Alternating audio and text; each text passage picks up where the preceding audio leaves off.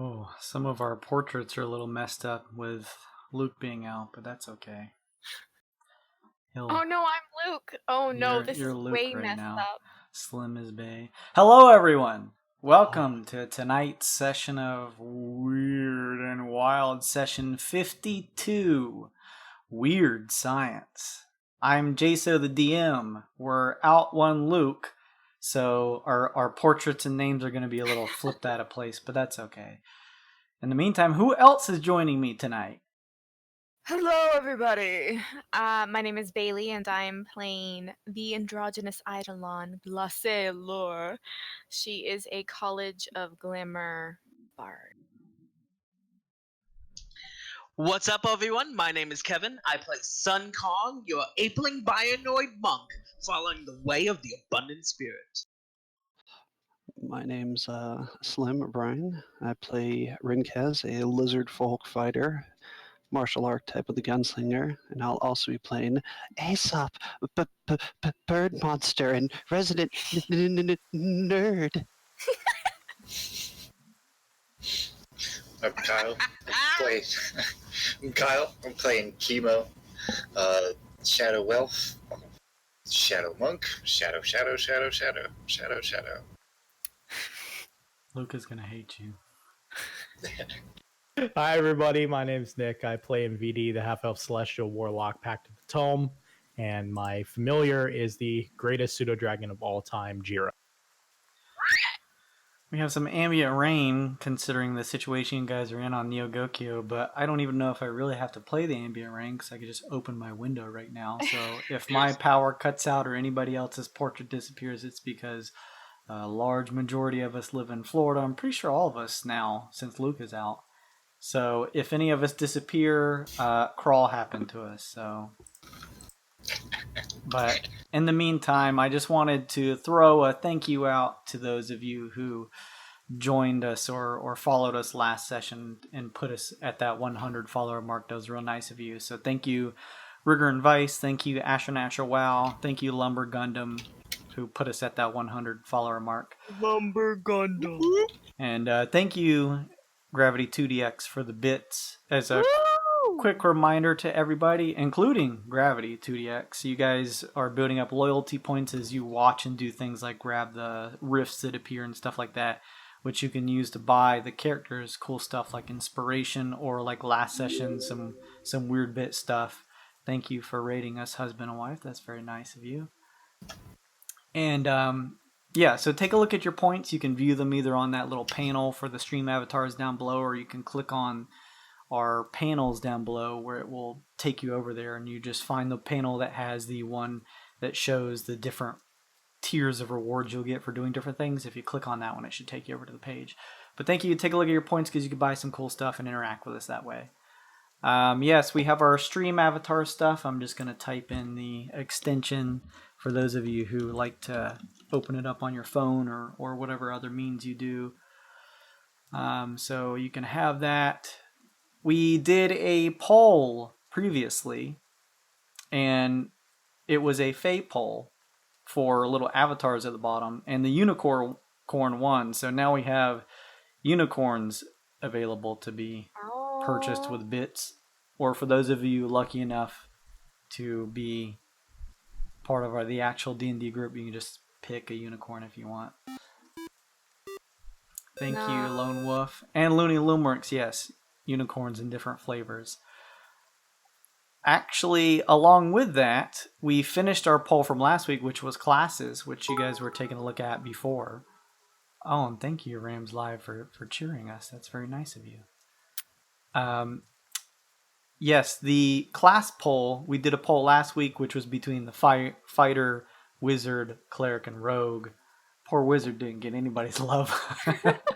And the rogue won with a resounding 60% of the vote. So next week we'll be adding that class into the little characters you see at the bottom of the screen.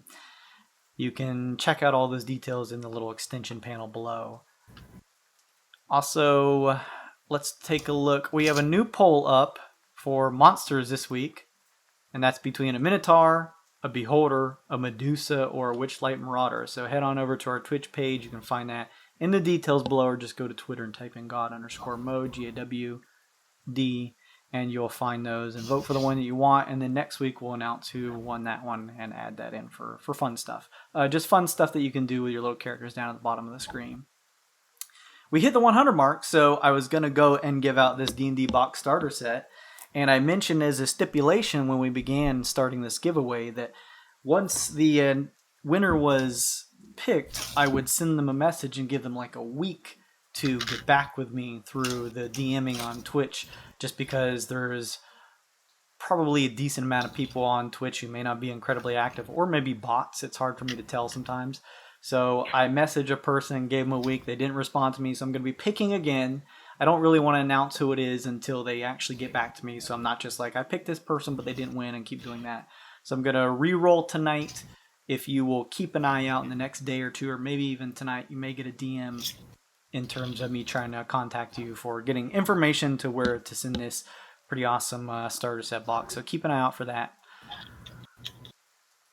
On top of that, in terms of giveaways, although it won't be starting this month, it'll be August, we're going to be either giving out 2 items. It'll be either these are digital gift cards, either a $10 gift card through Steam or a $10 gift card through the Dungeon Masters Guild, which is the site that has a plethora of cool PDF material and supplemental stuff for all kinds of tabletop role-playing games, not just D&D, but all kinds of fun stuff that can help supplement your stuff if you're a DM yourself or just getting into it. All kinds of cool stuff there. So you'll be able to pick between those two. I don't know exactly how we're going to do those giveaways just yet, but it'll usually be at the end of the month. So plan on the end of August is when we'll start that. And we'll be giving that stuff out once a month. Also, those of you who have subscribed to us, we actually have badges and emotes for you guys now, finally. So if any of you like that cool shit, that's in there now as well. And with all of that junk out of the way, thank you everybody for joining us, those of you who are currently hanging out with us. Let us actually go ahead and roll some... Actually, before you guys roll, let's hand out some inspiration.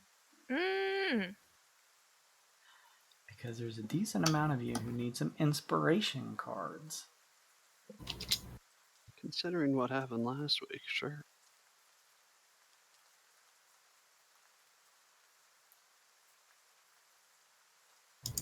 Hey, Sun Kong.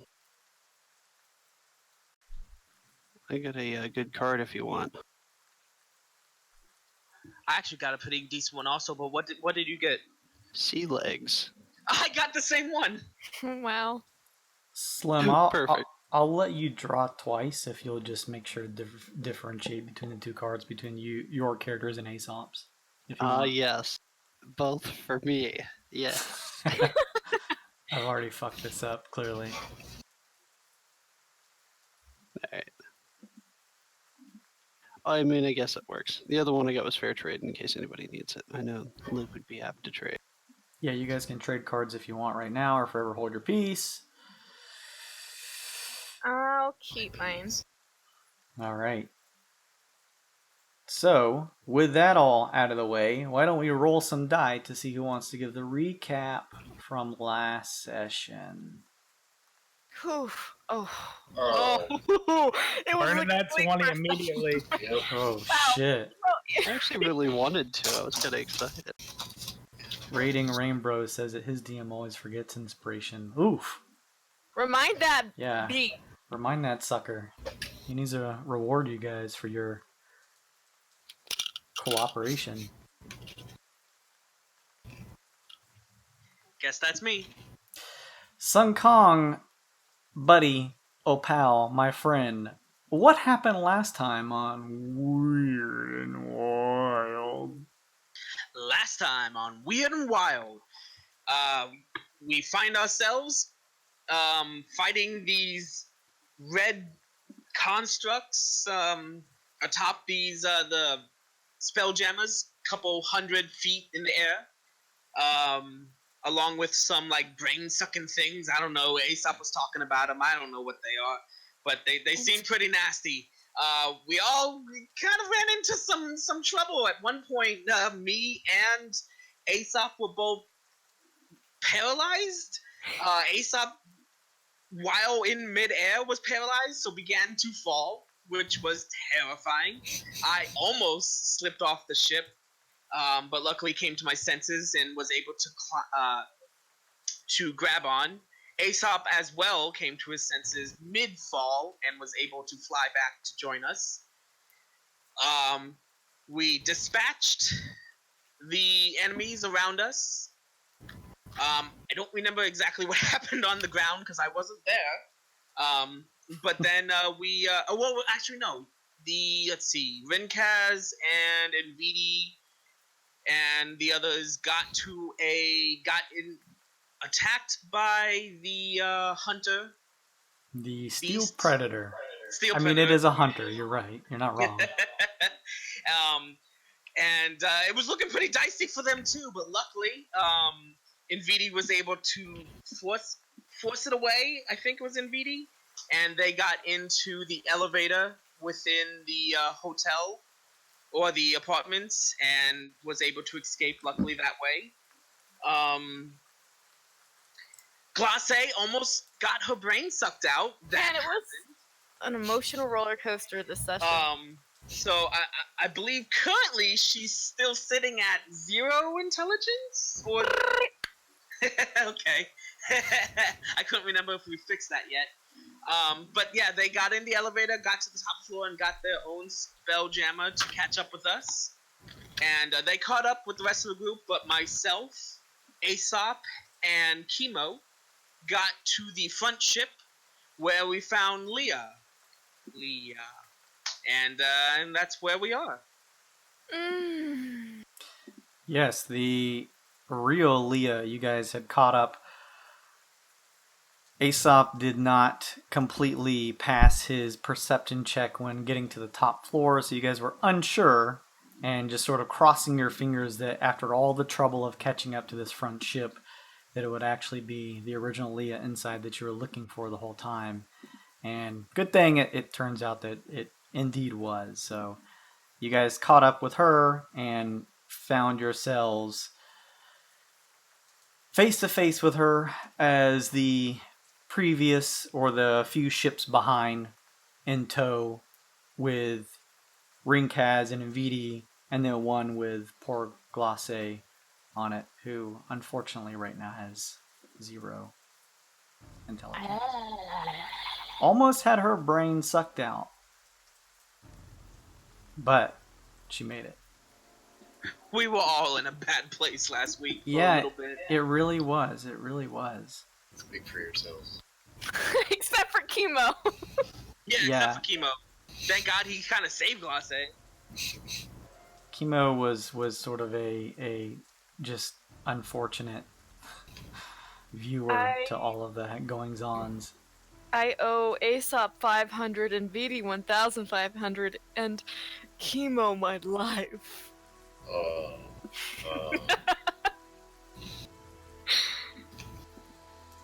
So, as you guys, Sun Kong, Aesop, and Chemo with your bat flittering around, come face to face with Leah. She pulling the steel hatch atop the spelljammer here to come face to each of you. She, seeing each of you, says, "I suppose you want to talk." She peers around, taking a second to look each of you down, seemingly in a certain way, almost a face of recognition or a look of recognition on her face. She looks to each of you and says, "You don't mind hanging out on the top of the ship while this thing lands, do you?"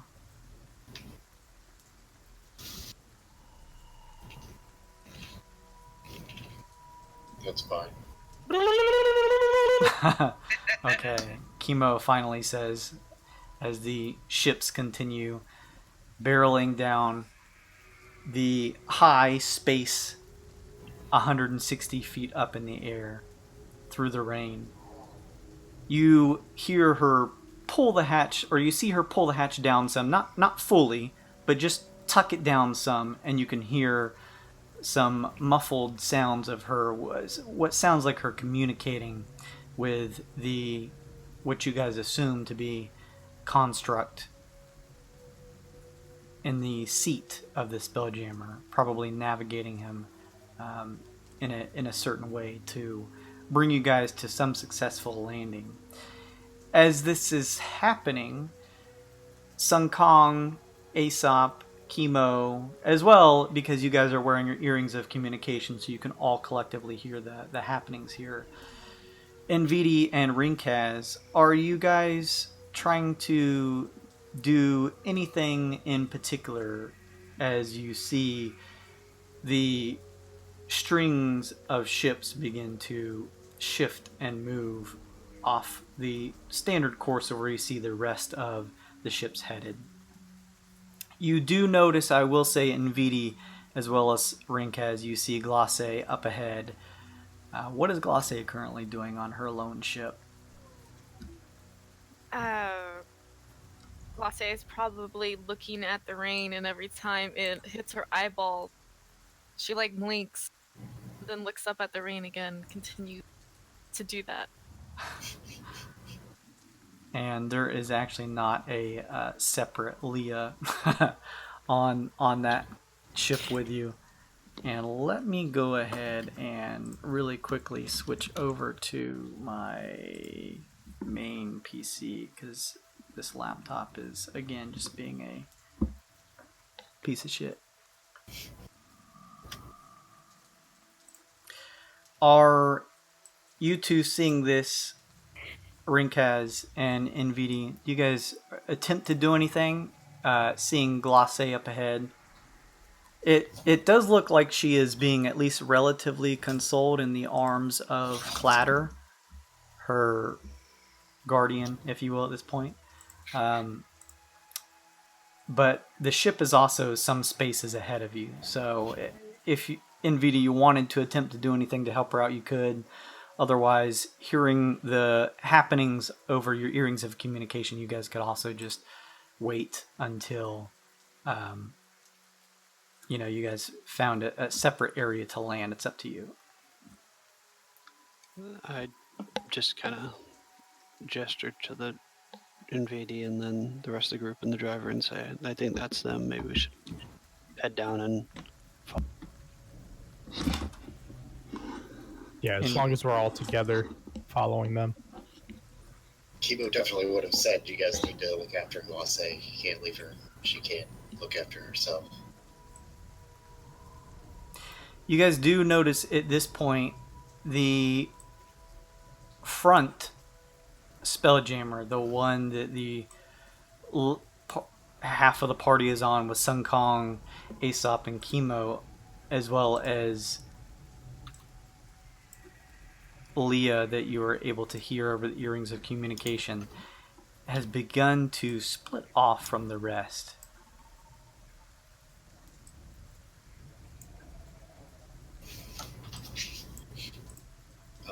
Where are we? Where are you taking us? Leah pops back up and says, somewhere safe down at the surface. We've got people on speeders behind us. Well, tell them to catch up, she says. I'll land somewhere closer, she says, and she pops back down, pulling the hatch down below for a few seconds before popping back up. She looks to you, Chemo, and points at a nearby rooftop.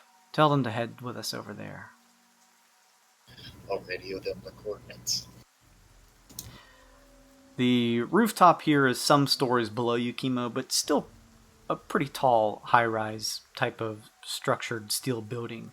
It's not 150 stories high, but you do guesstimate that it's a few dozen at least. And the ship begins to lower. The rest of you guys are on these ships yourselves. what do you guys say to convince these robotic constructs that are piloting the ships to head along with the others?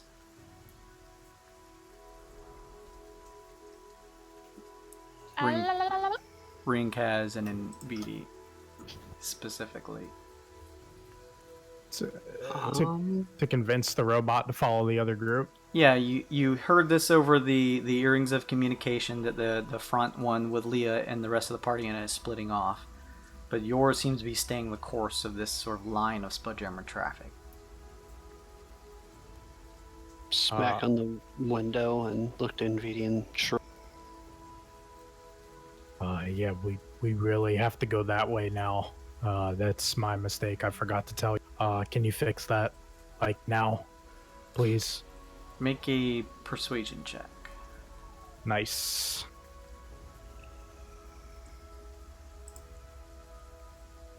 $17.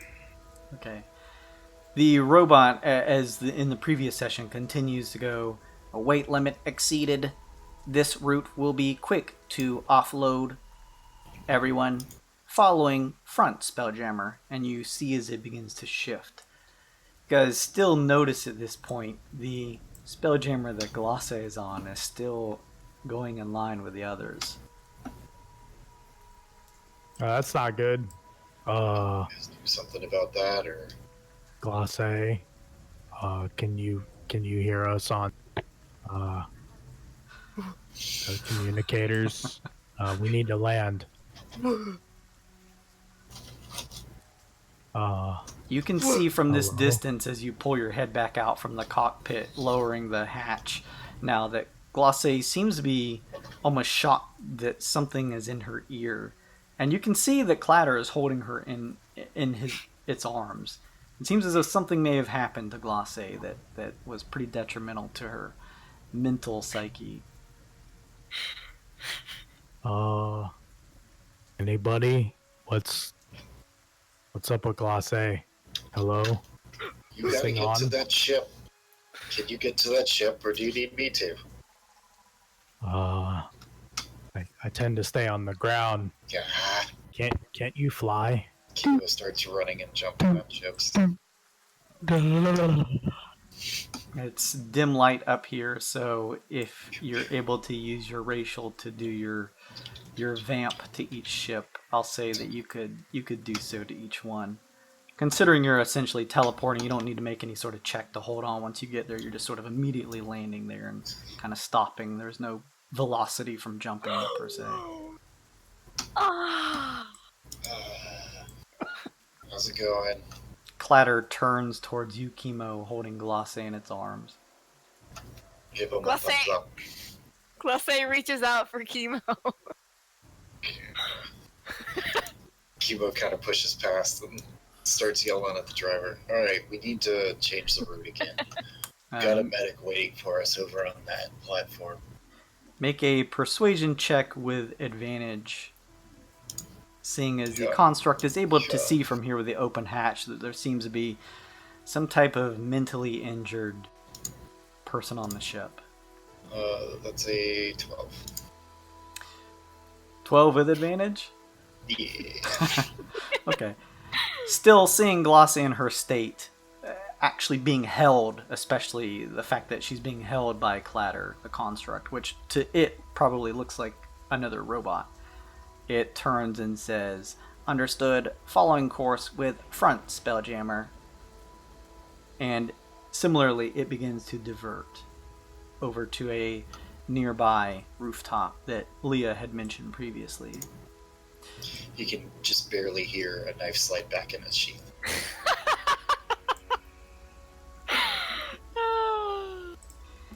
It does not take long before you guys find yourselves landing in a similar situation where you took off, these Spelljammers pulling up to the side of this sort of high-rise structure, this steel building. A flat rooftop with some block structures on top.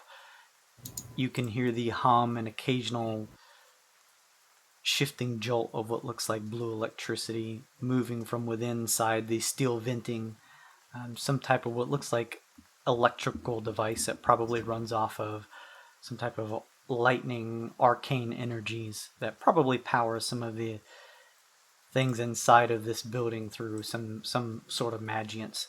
Each of the 3 ships that you guys are separately on pulls up close together to where you are within speaking distance of one another, allowing you guys to go ahead and step off. It's relatively dark up here. The rain continues to pelt you, but you're able to all step off, and for the first time in probably like the last hour, regroup with one another. And I'll move this over here.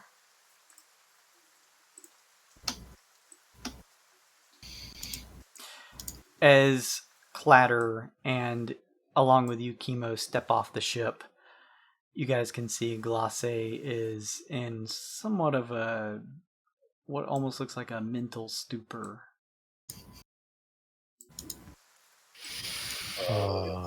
Hey, and Beanie, can you do anything about this? Yeah, what is this? Glace, hello? What happened? Kibo, what is it? Minor illusions, a little brain sucker. What are they called? Intellect devour. Yeah. It says one of those things. It got her. I killed it before I don't know. Looked like it was going for years or something. With a wave of Chemo's hand, Vidi, you see a strange little creature. It looks like an actual brain that you've read in textbooks and how they tend to look. Although this one seems to have 4 extended, what look like almost bestial-like legs. Small. It's a small creature, but it almost looks like the size of a cat, except its body's out of a brain with 4 legs, and you actually see what looks like some sort of tail or something extended out the back. It moves with an erratic nature. I think I'm gonna crack a glow stick and hang it above Glace's head. Glace will try to grab it. Ooh. Can we keep it? Of course we're keeping it, but we're gonna fix her. Yeah, as fun as this is, I don't think this is normal at all. Yeah, do you know any cures or anything? I think I do. You can make checks if you'd like in terms of trying to figure out exactly what's going on and how to fix her, if you'd like. I mean, also, Aesop made that check last session, not to take anything away from you guys, so he would know that her intellect was taken by magical means and can be restored through magical means as well. Okay. Yes. Nerd science. Fix, nerd. Oh no. I didn't understand any of it. I gotcha. I can fix that. Can I use? I'll use my pull my last diamond out of my pouch. Okay. And use greater restoration. Okay. On Glace, putting me at one spell slot. What's that look like as you do it? Put one hand on the wound on, what did you say, underneath her jaw. Okay. And then one on her head, and kind of start pushing radiant energy through until the wounds kind of seal up. Glace, it's like waking from a dream in a way. Your surroundings that seem so unfamiliar and scary begin to come back in. These strange figures standing around you. As you peer at each of them, you now realize that they are your friends. And you find yourself on top of what looks to be some type of probably similar type of building or structure. And you're no longer riding on the spelljammers that you were previously on. You guys, I think I just had a vision. Only I don't remember it. Interesting. You're feeling better then? Oh, was I sick? Did I faint? What happened? Can I just like press a digitation, like some glowing sparkles on my hand, just follow the light? Make sure you can look all the way around, please. Oh yes, yes. Yes. Am I okay? I check my shoes and I check my outfit and my nails. Oh, it's broken nail. Yeah, Glosse, the last thing you remember as you follow this light from Nvidi's hand was this nasty-looking brain-like creature crawling its way towards you before a nasty-looking proboscis shot towards your head. Did I get bit? Minor illusion kind of scorches up on you. No, get it off. Take it away. No. Oh. Okay, I think she remembers now. Leah crawls off this spelljammer, the last of this whole troop, getting off of the 3 spelljammers that are attached here, and you watch as they begin to slowly detach and shift away from you guys. Oh, we found her.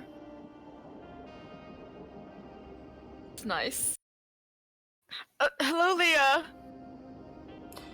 She looks at each of you, studying that there are quite a few gaggle of characters along with you guys, and you watch as she reaches into her black, formal-looking coat and pulls out a majestic and lights it, and takes a strong hit from it as she just sort of eyes you all down without saying anything.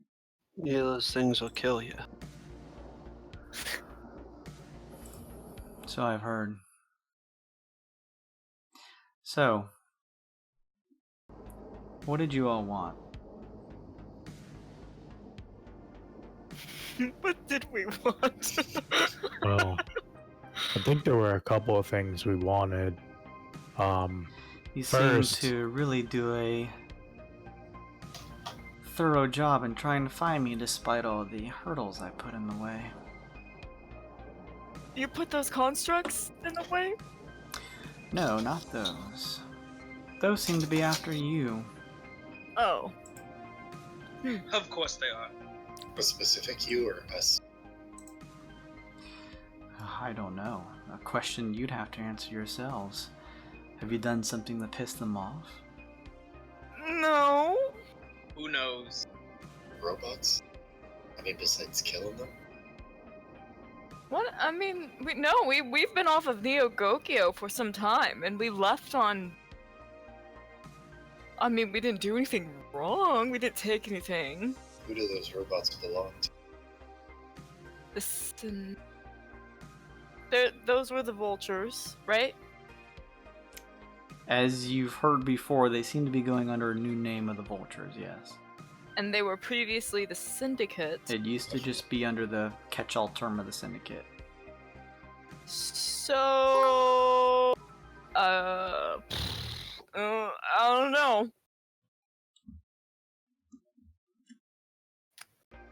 I mean, the Syndicate, they weren't too fond of us before, because we... Wow, what did we do to them? Can I make an interroll history check? Is Syndicate same as the, what was that planet? Damn it. Scourge? Scourge, yeah. Were they Sure. the same ones behind that planet? You can make a roll, sure. But my sword gives me advantage on... Oh, that is a 4. You have no idea. Whoa. The name of the Vultures and the Syndicate doesn't ring any bells for you, Kimo. As far as you're aware. I got nothing. Well, they're after us. It's still predators after us. I'm sure we'll figure out why at some point while we're on this planet. But since we have you here, I believe Alderman sent us to you? After you?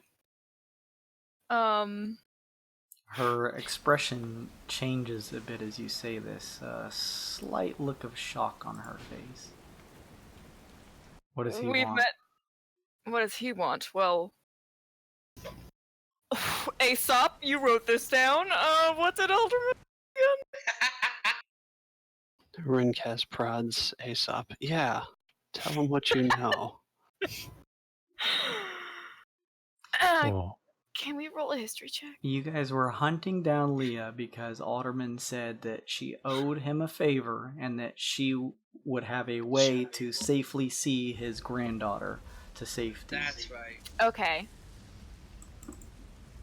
We have his little Cargo. his what was her name? Maxella. No. Marceline. Marceline. His granddaughter, and we need to get her somewhere safe. We saved her from Scorch. That's correct. Scourge, yes. She takes another drag and stares at each of you, and she goes, "And this is for Alderman."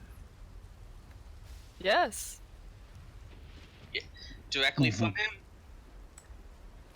Are you working for him? No, it's Not like a favor. currently. We just found It's the girl. complicated. You see, it's like a we scratch your back, you scratch ours kind of thing. I see. Well, I'll make it easy for you.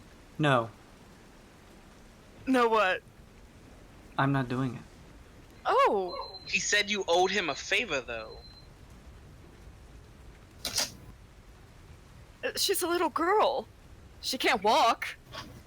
She needs some kind of medicine. We don't know what to do with her. How did you get an audience with Alderman in the first place?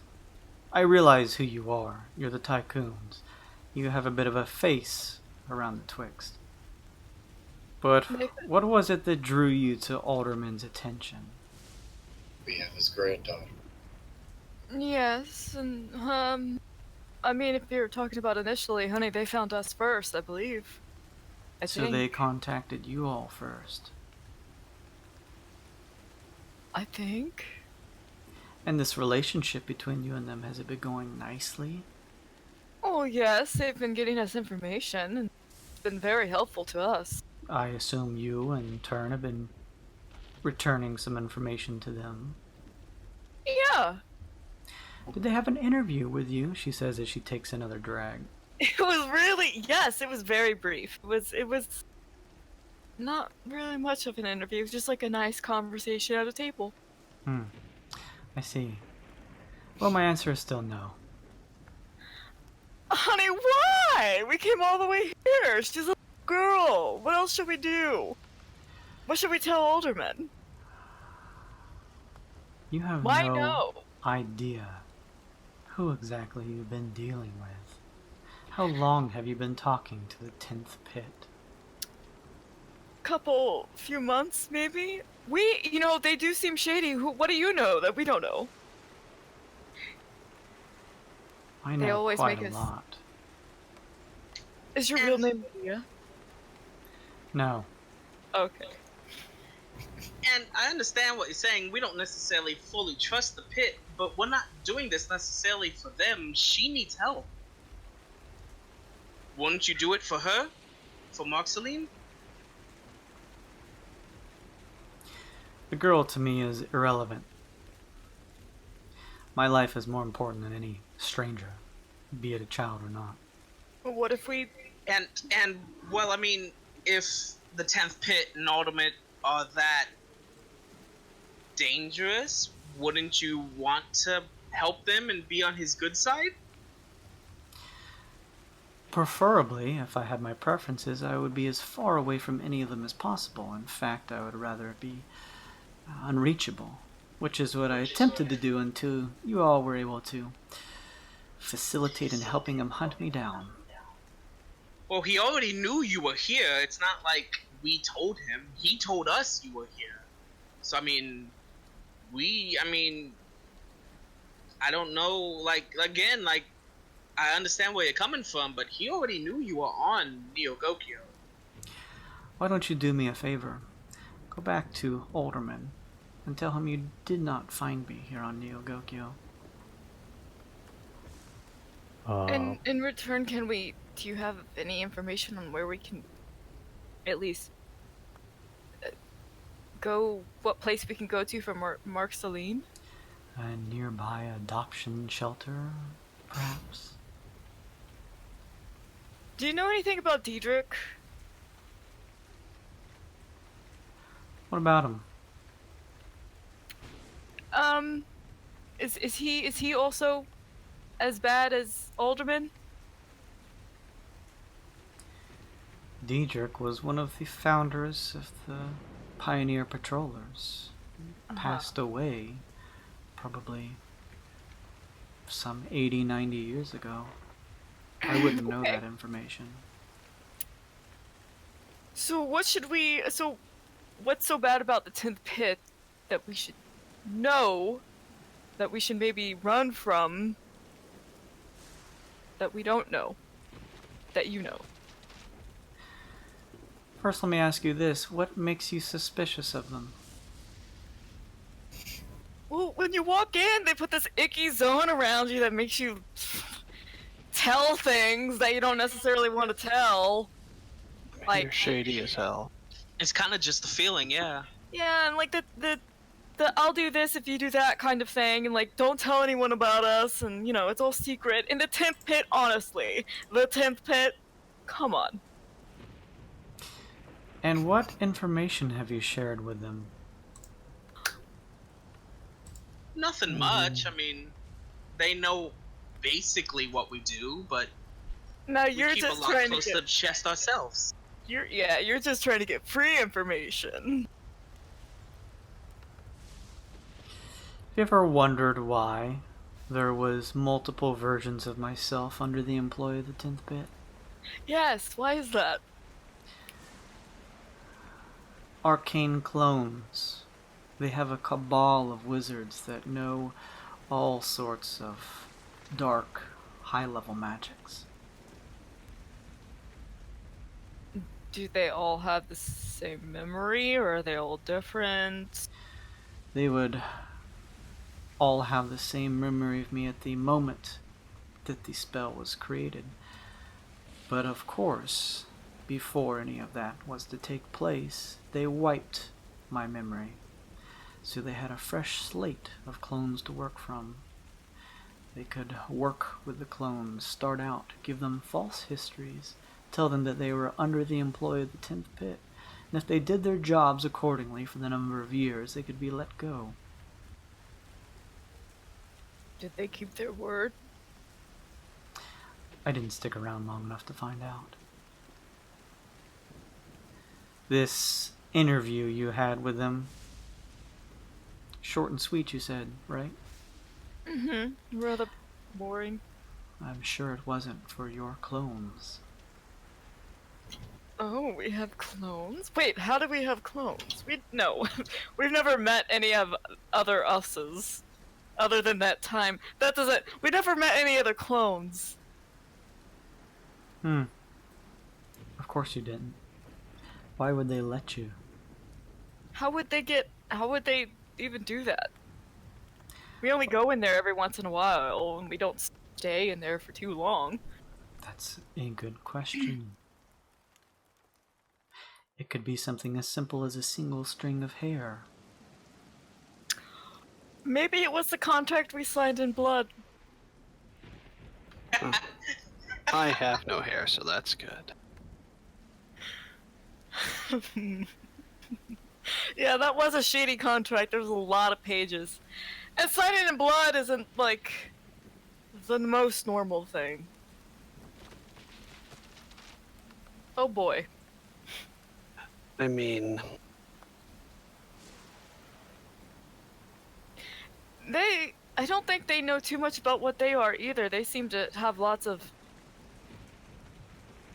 I don't know, like, if they have some kind of lapse in their system, or like maybe their records are all haywired or whatever, but, Is that what they told you? yes.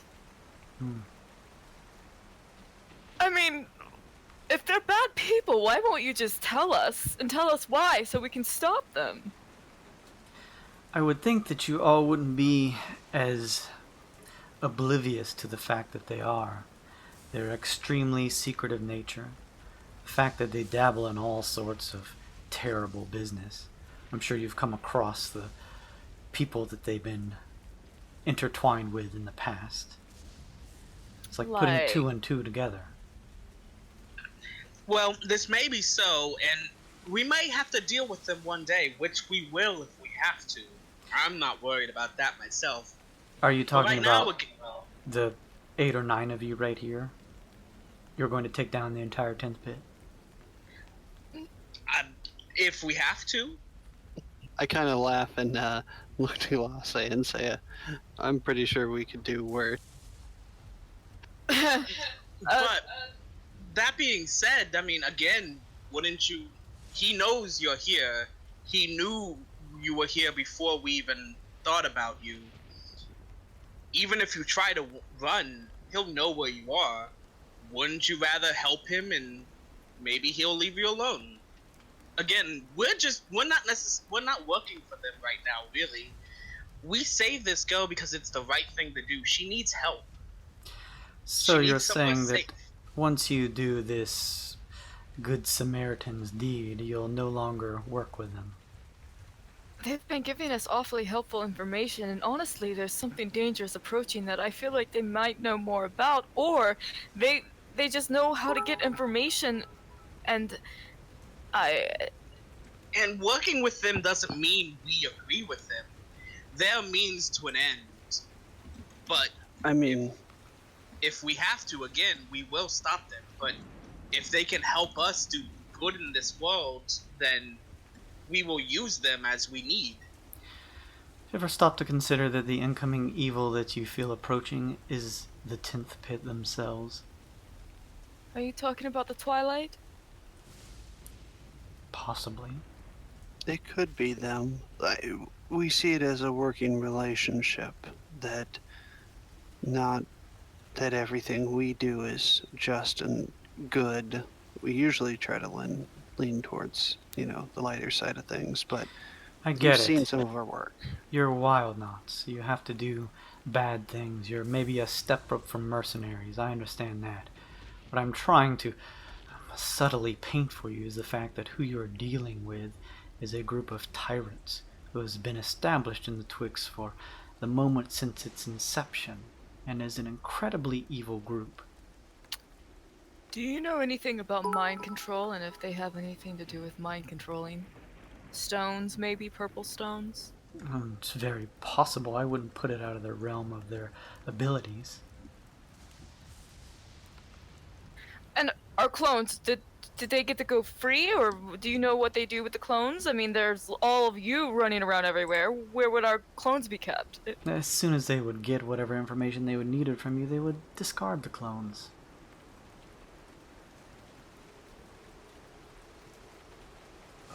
With all due respect, how do we know you're not a clone?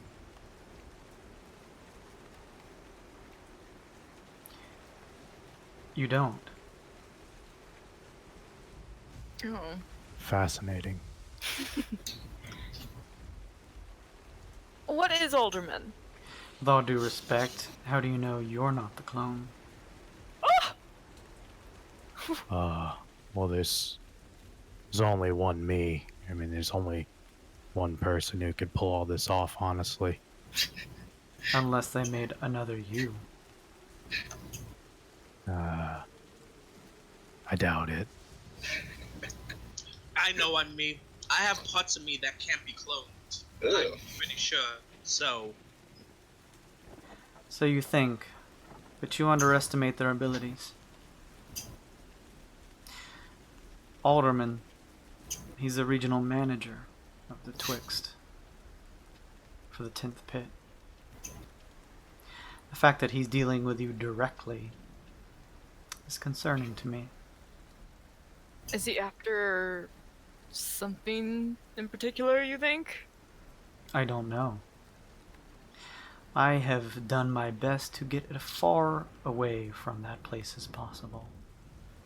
Similarly, when they created my separate clones, they no longer needed the original, so they attempted to discard me. They tried to murder you. Of course. What awful people. Was that in the contract? Bet not. Maybe it was if you signed in blood. They have a sneaky way of writing their contracts. Do you think that he doesn't care about his granddaughter? I fail to understand. Oh. Do you think this is some sort of cover to bring us in? To bring all of us in? I mean, he seemed very concerned. He gave us that leather slip to get around from, from the tollers and everything. A man of such means, surely he could bring one girl in. Why involve her?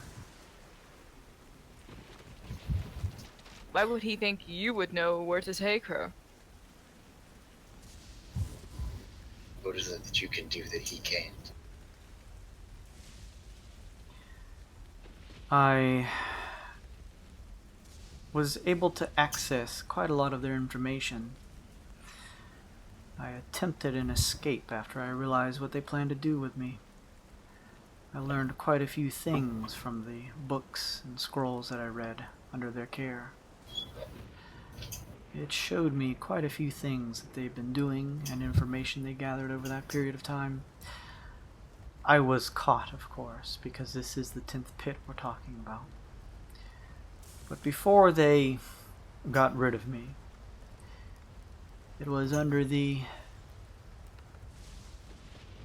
secret agreement with Alderman that I be released by him to hide in seclusion so that the 10th pit would think that they did indeed eradicate me.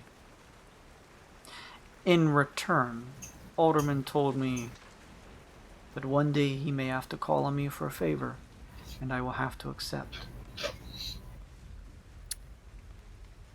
Well, how... And it seems like this is that time. And here you are. So I'll ask again, what is it that you can do that he can't, with all his means and all his power?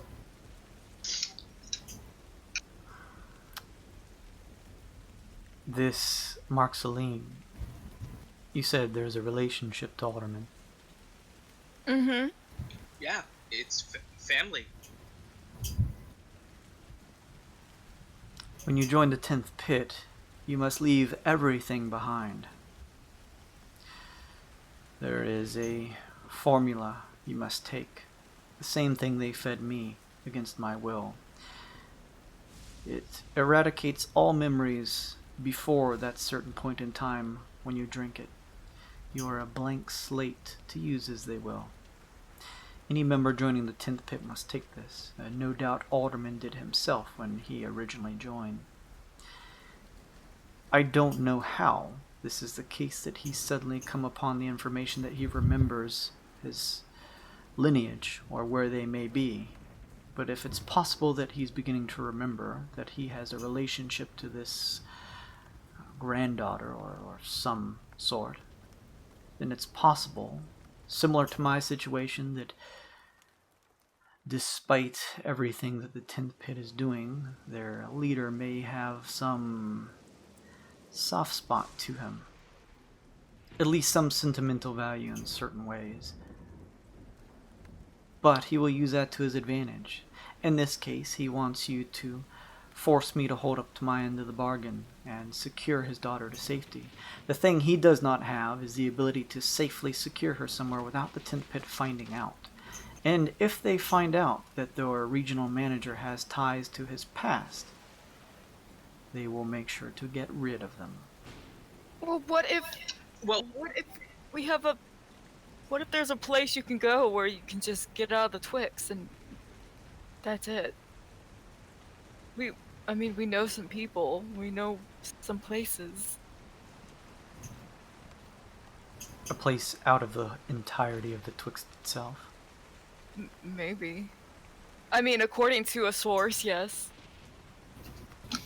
Make a persuasion check, Glace. Okay. My persuasion is... let's see... 21. Could I aid her?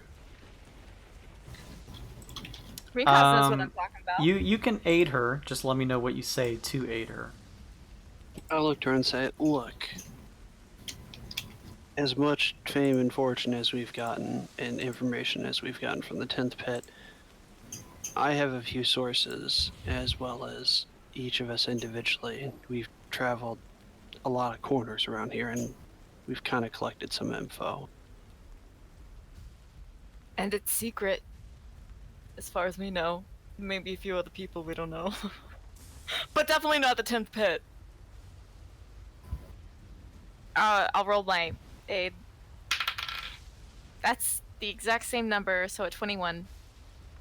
Still not bad. She takes another drag, finishing off the last bit of her majestic. Flicks it off the side of the building.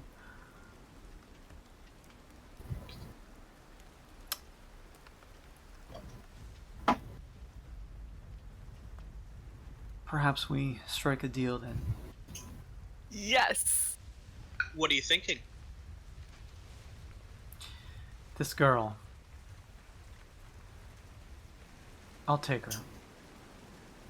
Provided that you actually have a means of leaving the Twixt. Oh, well, we do. We got it. I mean, we got a message, you guys, from... Remember? The message from Amron saying there's a way out? Kong would whisper to Glace, do you know how her gateway works, Amrins? Would that be... Oh god, I don't know anything about that, and I'd never want to know anything about that. I leave that up to those type of people. It's just... it's weird. It's weird. I will tell you this. We have a possible way out of the Twixt. That I can guarantee you.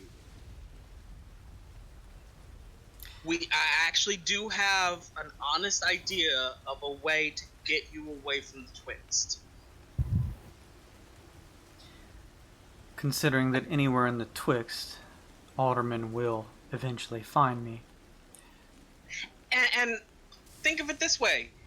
Maybe you help Marceline. It could be a leverage against him even. Not that I'm saying any harm should come to her, but if he is that keen to protect her, to go behind the backs of the 10th pit, you know, just say. I will take this girl, and neither you nor Alderman will ever see me or her again, provided that this information and this location that you provide with me actually works. I believe as long as she is safe, that is agreeable. I can hold up to that in the bargain. You have seen in the past, I'm sure, she says, looking at your slightly tinged and burnt fur, Sun Kong, from the explosion at her apartment room. I'm somewhat resourceful. So are we, but sure. I do this, but in return, you stop speaking with the 10th pit. I mean, they already gave us all the information that we need, right? Did they tell us about your sister? Everything they knew already? I believe so. Right? They did give you that message that your sister was trying to relay. I can tell you that we will not deal with them as long as it does not endanger others. They can't track us through, like, their sending stone either, can they? Who knows what they can do? Obviously, again, you know, we don't trust them. But, you know, about keeping your enemies closer. Can I do an insight check on her to see if she's, like, genuinely, like, sickened by them, or if it's like she's trying. Does it seem like she is like nervous? Like I'm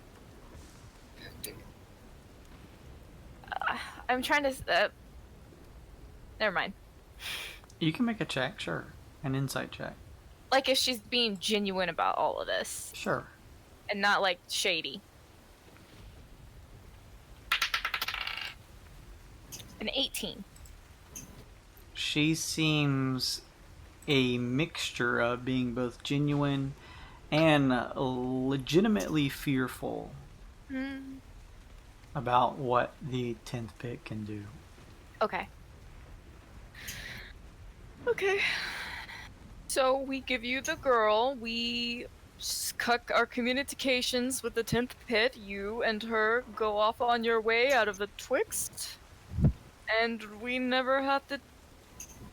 I mean, I'm sure we can find information other ways. And you drop my name. If they contact you again, you be sure to let them know that they'll never see me or the girl again. Right. We'll let them know that she is safe with you, and it is best that you both remain hidden. You'll let them know that I will have found a safe place for her, far from me. Sure. Kibo was shaking his head. Right. Kibo was shaking his head the whole time Sun Kong was. In return, I will give you a batch of coordinates. Oh, coordinates to where? At the very beginning, when the Twixt was first created just over 100 years now. Before Alderman was elected as the senior regional manager. There initially, for a very brief amount of time, was another senior manager before him. Mm-hmm. Coordinates that I will give you will lead you to his location. Why would we want to go talk to him? The dead body, surely. Oh, well, I mean, Alderman's still alive.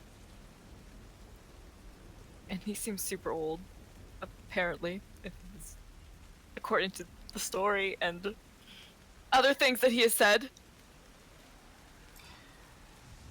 I don't know why you would want to look him up, but I have a feeling that the 10th pit will not simply allow you to cut ties that easily. And should you be looking... Go ahead, Sunkong. I was just gonna. Well, you let us worry about that.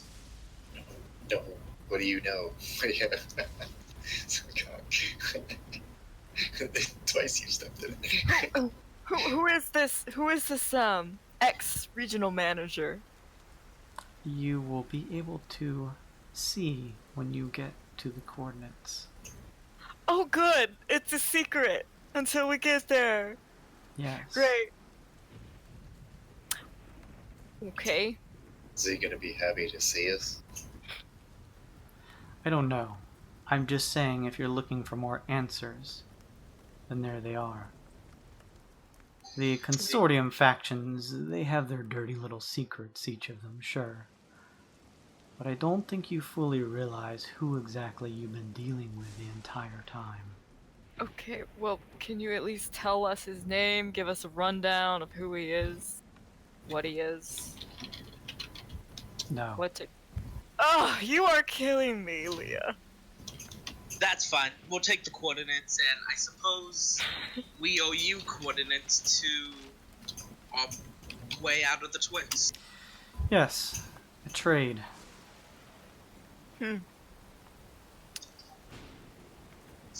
I guess we hand over coordinates to the gateway, and we'll let our contact know that you'll meet her there. Very well. is this exit from the Twixt? I imagine it is arcane in nature. I mean, I guess I don't know. Honestly, I honestly don't know how any of that works. I hit things with my fists. We leave that up to the experts. But yes, the contact, she will know how it works, and she will be able to assist you. Very well.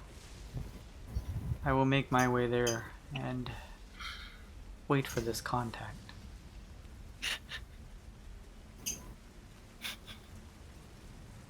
She pulls out a small parchment and writes down coordinates for you guys and hands it to you underneath her hand to keep it out of the rain. How do we know you're not just leading us to our death? You don't. Chemo takes the paper.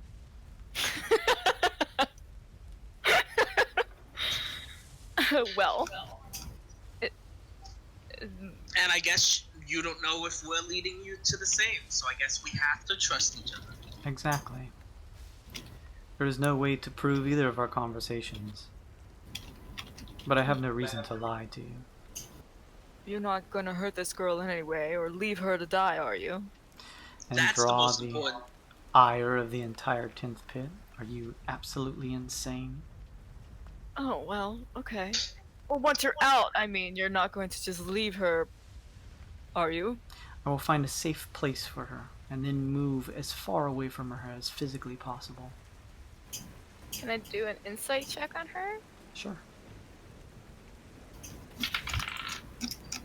That's a 10. Inside all exist. I'd like to as well. Alright.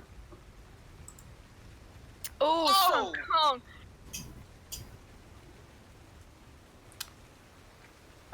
You're assisting Glace. Oh. Chemo. Well, no, it's an insight. Can you assist me with insight? I was gonna do my own insight as well, and I rolled 20. Okay. So either way, Sun Kong with a natty 20. It sounds like she's being completely honest. She doesn't want to have anything to do with a girl. She's going to get her somewhere safe and then just remove herself from any ties to the 10th pit as much as possible. How do we know that you're not a clone? We did. Didn't we already ask her that? She raises an eyebrow looking at you, Rinkaz, and says, "You don't." Chemo puts his face fully in his hand at this point. Just, have you people never had clandestine dealing with anybody? Okay, Plenty of people, and we're still alive, so we're doing pretty good. I Does think. Kong look like he does anything clandestine to you? Chemo kind of looks like, yeah, okay, fine. Well, then we give our word and we take your word, and that's that. That's our contract. Who's got some parchment? We owe her coordinates to the gateway.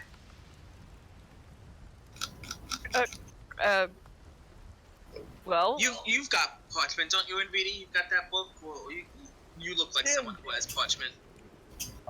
Yeah, I have some stuff we can borrow to write on. we can Pulls out just. some rolling paper. And We can- Aesop, I'm sure you have the coordinates. Write them down and hand them over to Leah. Don't write them down. Just tell me. Okay. We tell her. Alright. One of us does. Whoever knows. Aesop.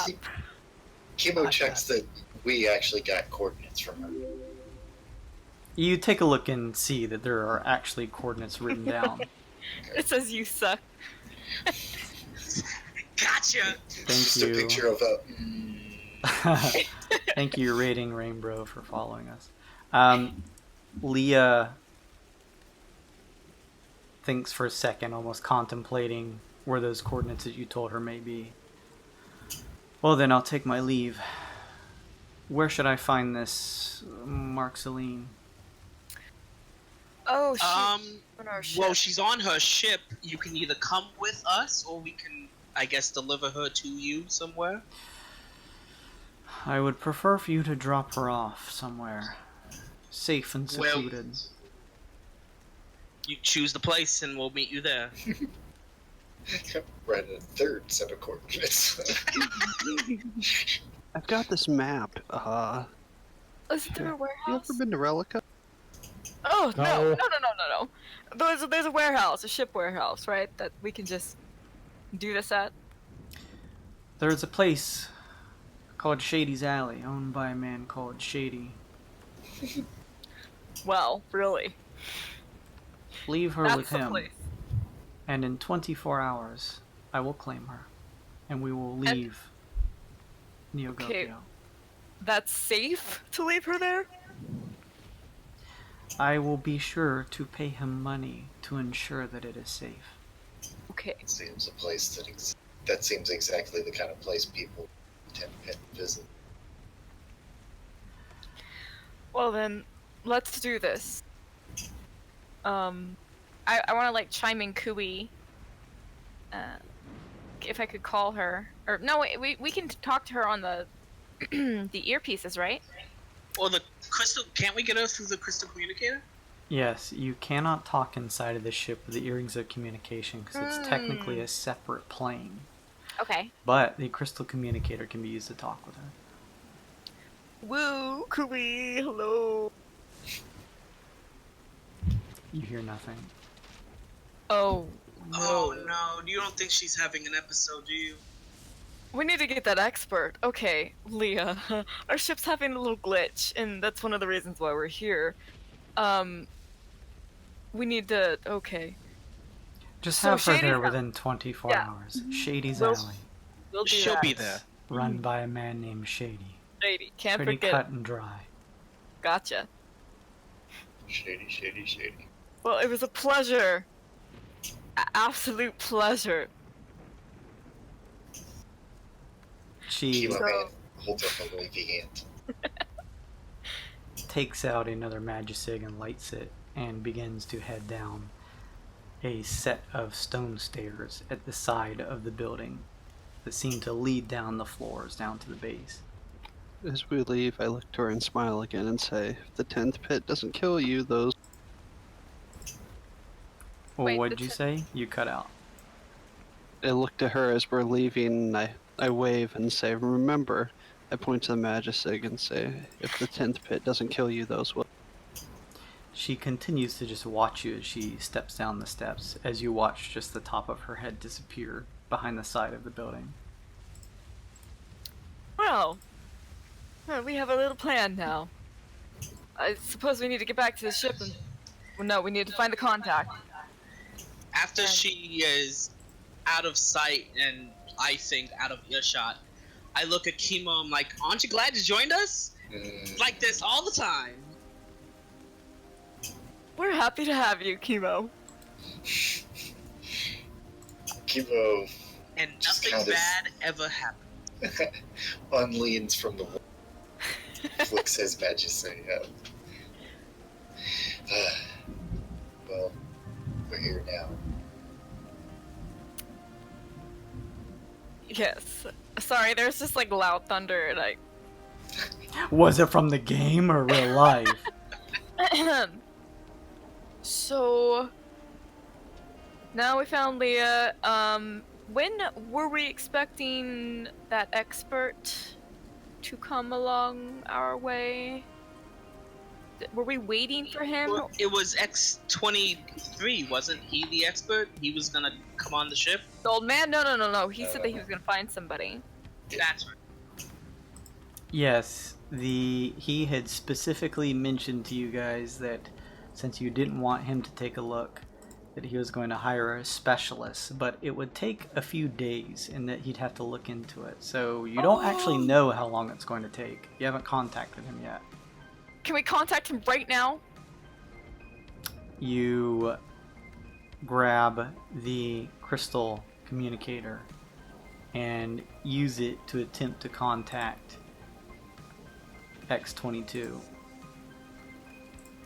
Hello? Ugh. Hello, X-22. Oh yes, Tycoons, it's you. Yes. Yes. Hey, honey. About that specialist. Is he here? He's here, right? We can just It'll pick him up. probably be another couple hours. I worked quickly. 2 hours. 2 hours. So that's 2 hours then. That's couple as in an estimation, not an approximation. Yes, but so he'll be here within 2 hours. Right? Hold on. 6 hours, 23 minutes, and 16 seconds is when he No. is scheduled. Why would you tell us a couple hours if you know the exact number? I had to look it up. Okay. Is there a way we can talk to him while he's on his way? No, he's busy in the meantime. Okay. But he'll talk to you eventually. In 6 hours, 0.3 seconds, or whatever you said, right? Yes, I mean, 23 minutes, 22 minutes, 59 seconds. I look at Glace. I mean, we've got other things to do on planet anyway, so that's fine. Yes, we just needed to confirm that it's not going to be a few days. Okay, No, thank you, woman. I work fast for you all. You should be very Yeah. appreciative. Yes, thank you so much. Bye. Of course. No, what's next on our list? Well, I guess we can take Maluxian anytime within the next 24 hours. And then we're supposed to find Fyrax about the cure for the Kinku. Oh, yeah. Maybe we should go check back on Kui, then Yes. take the girl, so we don't have to worry about that anymore. Sounds good. There was also the strange shipments in large spelljammers heading into the Dark Valley. Oh. And I need to buy the diamonds from the reagent shop, Okay. so we all don't die. And Okay. we need to find out why the steel predators are after us so we don't die. Oh, P-Shaw. Oh. That's Plenty a to little do. exciting. So yeah, we've got plenty to do here. So, let's. I guess, do we want to... I don't know. We can let's get diamonds, because that sounds like a good idea for NVD to have. Just in case. And NVD, then we can... You know that from the diamond merchant, and I'm pretty sure we calculated this right from the previous session or two, Yeah. that it's going to take about another 2 days, because I think he said 3. Yeah. Okay. And it's been well- 1 so far from you guys resting. Well, the good thing also, I remember Decker mentioning that woman, Curie, I believe her name was, Query. may be found at Shady's Alley, which is where we're going with Maluxine anyway. Okay. So, I mean, might as well maybe deliver Moxeline and then try to see if we can get any leads on this woman. Yes. She may be able to help us find tracks. 2 birds, 1 alley. I wink at Aesop after you say that. Speaking Alright. of that, our standard subscriber emote is a Eliona winking. Oh, let me see. Aww. Somebody will have to do the wink in the chat. I'm not. Let's see. I was gonna say, I don't see the emotes in my menu. How do I get... I don't know. I'd have to figure that out. Did you Okay. make them? I did. They should be all there, ready to go. Well, we'll figure that after the stream. Yeah, I just Yeah. don't. I don't know how to. I don't know how to Twitch, so I'm still figuring it out. If you have any questions, wife might be able to help you. Did you get the confirmation email that they were confirmed? Oh, that could be the case that they're still in that pending type of thing. Well, we have them in the works. Either way, you guys will be getting them. Those of you who subscribe. So, where do you guys want to go? You are currently standing on some type of very tall metal building. A set of stone stairs leading down the side. It's raining and it's dark. You have no idea if it's technically day or night. So, With Kui not answering, can we not get to the ship?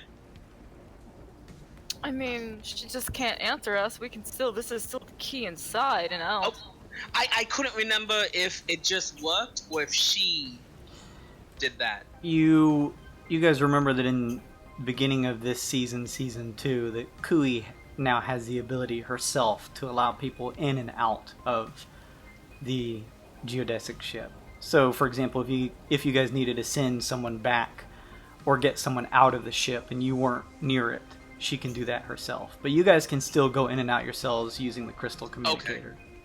Well, I guess we should go get Maluxilene. Yes, let's go. You guys want to head back to the ship? Yeah, real fast to pick her up, I guess. Got our wheelchair. Make sure this ship isn't turned inside out. Let her know. I guess let her know kind of what's going on. What was that, Kimo? I'm sorry. Just make sure the ship's not turned inside out without Kui. You have no idea. I don't. You guys make your way down the stone steps. It takes a while to get fully down to the base. Now that you are out of the frenetic fight that you were engaged in high up above in the air, it's actually a relatively pleasant sight viewing the higher upper end of the Neogokian Prime City as you head down. The blurred lights in the distance that give it a subtle tinged look. It's nice. I was gonna say, this place is nice aside from all the hell that we go through coming here, but I'm still really worried about what's on the ground waiting for us. Yeah. One way to find out. Couldn't we have just teleported from the top of the building? No, you have to be within 20 feet of the ship. You guys head down the stone steps, reaching the floor of the building. There is some folks who are moving through the city streets. Everybody make a perception check as you reach the bottom. Ugh, critical fail. Can I roll one for Aesop? Sure. And do I get a good boy card? Yes, you do. Thank you for reminding me. Okay. First one's for me. Good boy card for you. Do I get a bad boy card? Did you roll a 1? Yeah. Yes, you do. Okay. But I get it, not you. Dumb. Eh. What'd you roll a 1 on? This fucking Just now. perception check. Oh, On the perception. nice. The 26 is for me, the 20 is for Aesop.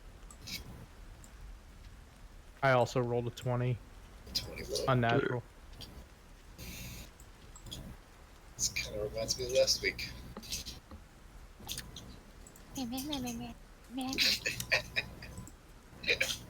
Let's take a look here. 26, that was your roll, Rinkaz? Yes. Rinkaz, you and Sun Kong, as you reach the base, seeing a couple different movers and shakers through the city streets, just making their way, some of them sort of covered in some hoods and stuff to keep out of the rain, others just not minding the rain all that much. A couple of those interesting looking Newmans who have a vague humanoid shape but have various features that makes each one distinct from the other. You watch as a bald-looking Newman that seems to have no visible nose on his human-like face, and instead just two sort of slits as a nose, almost kind of like a snake-like in form, was watching as you guys descended, and now that you reach the base, just turns and continues moving along with the rest of like a passing crowd. There's the occasional other person turning to see you guys, but they quickly turn and continue either having a conversation or moving along. Maybe we start putting on disguise. Oh. Yes. Might be drawing too much attention. Everybody knows us here. We're famous. Not the good attention. We can do that in the ship. You I guys guess, yeah, let's head towards the ship.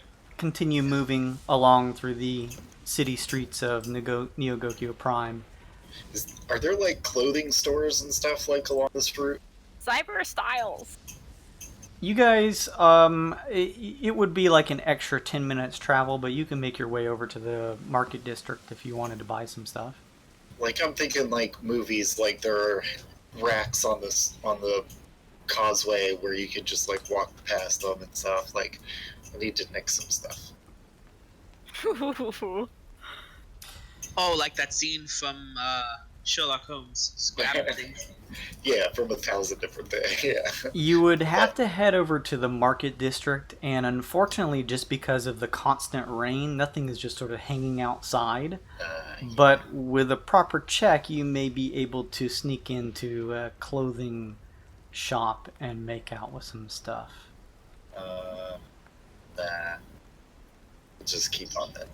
Yeah, Okay. I guess he's on his way, so let's be on our way. Just keep an eye out, everyone. Mm-hmm. Which, I mean, duh. Maybe we should split up. What's wrong with you? Never. What? That's a legitimate tactics. Like you can only get one of us, right? Good. Then he could eat you first. Yeah, I think so. I mean, we should go in groups. There's no reason to split up as individuals. No.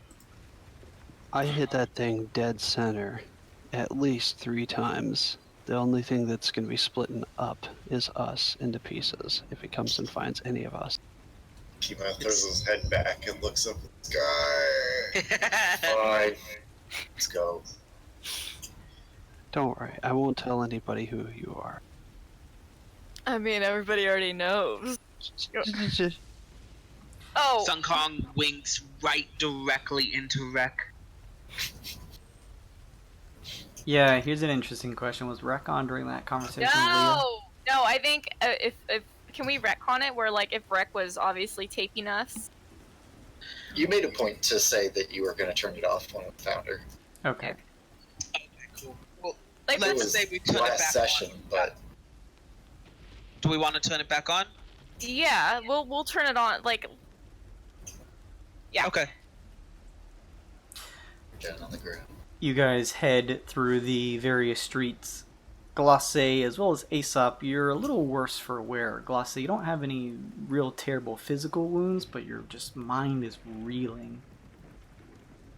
Oh, the worst headache. And Aesop, Keep on you counting certainly chuckles. have a mixture of the two between some physical and probably mental scars. I'd like to maybe offer one of my extra potions to Aesop for him to drink if he... Alright, before you add that to his hit point total, you guys make your way through the streets back towards the docking area that is attached and adjacent to the Masterminds Consortium faction location. You work your way through the large open warehousing that stretches for some just visible distance. You see multiple spelljammers landed out here in this open area. You see in the distance, making your way past a few spelljammers, the geodesic ship landed where it initially was. You see a few cyber golems directing traffic as those are onboarding or offloading, and they don't give you too much trouble as you shift back onto your own ship. You each reach the geodesic ship, and I'm assuming everyone touches the crystal communicator to warp back inside. Mm-hmm. Yeah. You guys do so. Blood everywhere. All of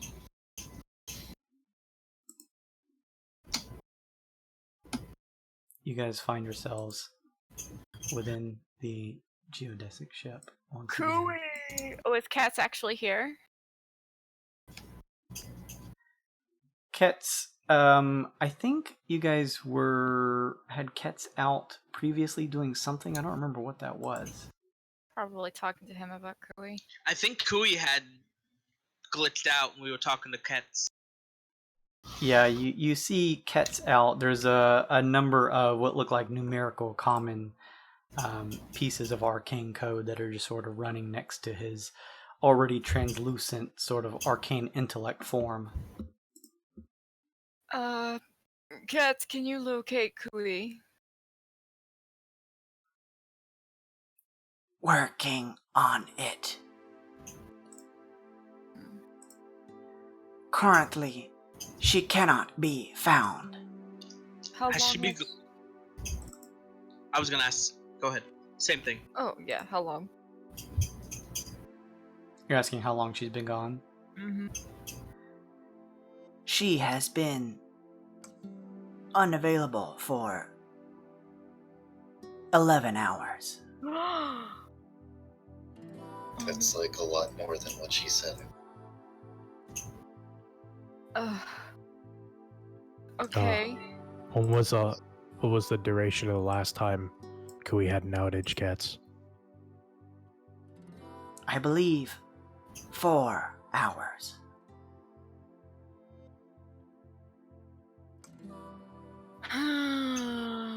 There is a certain fluctuation. And can you predict when she'll be back? I cannot. When did this start happening? When did she start losing this time? Difficult to tell. I was not fully analyzing when the start of this happened. You can make a guess. An estimation would be 3 or 4 weeks. How long Guess ago? 3 or 4 weeks ago. What's that? Where was the party at this time? At the party in the ship, I guess. Yeah, where were we 3 or 4 weeks ago? Relica? Were we still on Relica? Either Relica or probably moving from Relica to Scourge. Oh. Probably Relica, though. Yeah. Any sort of phenomena between there and here that would initiate that? Ketz has told you guys that it's because of the virus. Yes, the arcane intruder that got on your ship previously, the spirit jam. That damn. Yeah, you see, Kimo, we kind of had a virus on our ship. We thought it didn't do any damage to Kui, but obviously we were wrong. And do you think being at this techno-babble place is making it worse? Well, Maybe they're sending out some microwaves that are interfering with her dilithium crystals or something? I have no idea, but wow, you're fortunately, really smart, Chemo. I've heard both of those words. I'd like to point out that Chemo joined us in the middle of a hellacious planet where we had no control, taken to another planet where we found out our main source of information might be the end of days, and our ship is currently under critical mass internally and has a virus, potentially, that could corrupt its system and we'd be floating adrift in space with nothing. Welcome to the team, bud. Hey, it beats the food that I used to eat. It was terrible. there you go. But whether this planet is good or bad for Kui, it's gonna help her also. This is the only place, really, I think we can get anyone to help her, so we have to be here. Running calculations sees one actual constant. The time of her disappearances has been slowly increasing, despite a variation in each of their times. Is it because we kept getting closer to this planet? Doubtful. The initial incursion came from an invader on the ship that attempted to delete her arcane information and replace her with its own, despite the group defeating this creature, there were still remnants of its arcane code within her. These, while dormant for a while, seemed to begin replicating and seemingly attempting to destabilize her current form. This seems to be happening despite the location of the geodesic ship. Do we think that Amarin might be able to help with any of this in the long term?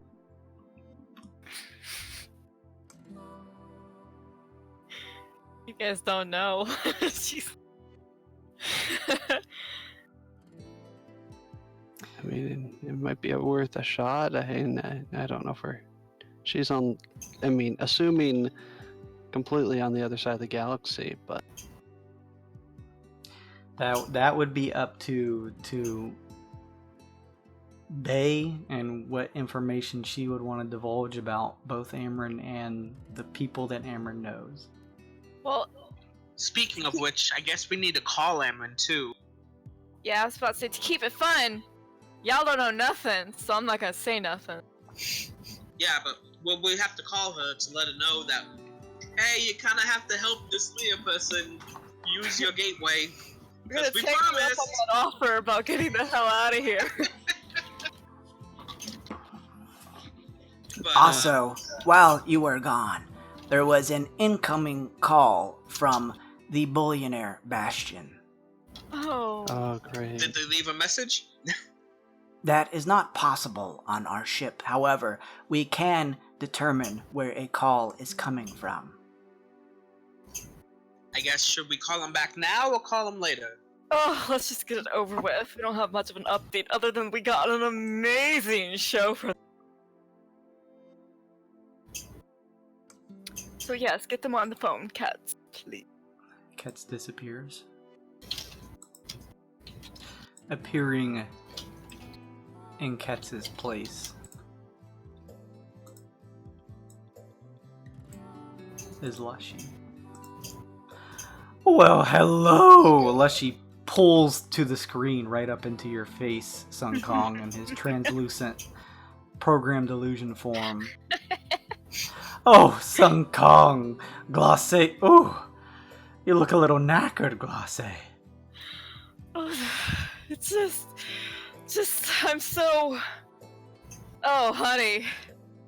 The footage that we just caught for you. Oh, good, because it was about time. What did you get for me? It's a lot Just of give me ups a and downs. taste, a few words. Imagine a battle in the sky. Sudden death, but maybe not. I nudge Infinity and say, "Do you think me and Jane could throw a few words to hype it up?" It's our hype man. Lushy! Wouldn't even believe what we saw. Oh my gosh. There were hijinks. There were shenanigans. There were fakes, bamboozles, and a fight in the sky on actual cars. Can you possibly imagine robots flying in cars? I don't know what a car is. I know what a cart is. But that sounds amazing in VT. I hope he was acting like this the whole time. He really ramps the room up. Actually, Lushy holds his hand up to his eyes. I don't want to see who survived or not. Just send me the footage. I'll review it and get back to you within a few hours. Okay. You got it. You won't be disappointed. Bring some tissues. Oh my! Lushy disappears off the screen. What the hell was that? That's how we get money, honey. He's technically our employer. Kibo checks his pockets. He reviews the footage that we get from Rec. I point at Rec. And then he gives us all kinds of goodies. That was for you, Ringcast. Thank you as always, friend. I'm sure Aesop enjoyed it. Murder. Good Aesop. Oh god. Glosse, I'm assuming you move Rec over to the console Yeah. and sit it on the stand. You watch as inside the knowledge shard begins to shift and move, translating the information shared within over to Lushy. This will probably take a little while. He is going to be so happy. I mean, seeing as there's no death robots here, guys, why don't we all take a short rest? How about... I agree. Oh, I guess we can't take a long. It's up to you guys. Ukog comes over to you, Sun Kong. Everything alright out there?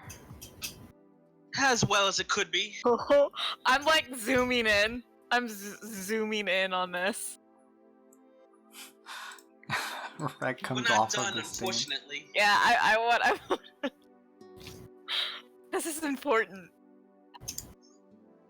We have to go back. We seems we found a safe place for Maluxline, but Well, good. That's good to hear. Hopefully everyone else made it out in one piece.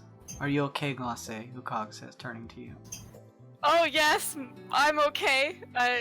My heart's still beating, so that's wonderful. I get the sinking suspicion that you weren't embellishing any of what you told Lushy. Oh no, yes, it was. We all almost died except for maybe one of us. Chemo. Shadow Boy. Yeah, Shadow Boy. Oh yes. Sun Kong, how you feeling? I'm like zooming in up on his chest and then to his face. I'm fine. Thank you, Lasse. You are quite welcome, you handsome monkey. Sun Kong, did you want to go talk? Just the two of us.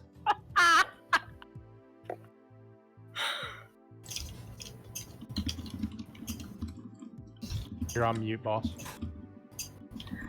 If you want to come with me, I was gonna go to get Maluxline.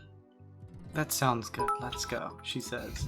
As they leave, I go to Aesop, and like I'm assuming Aesop would go along with this. He would open his. I want to show the wreck the heart in the jar.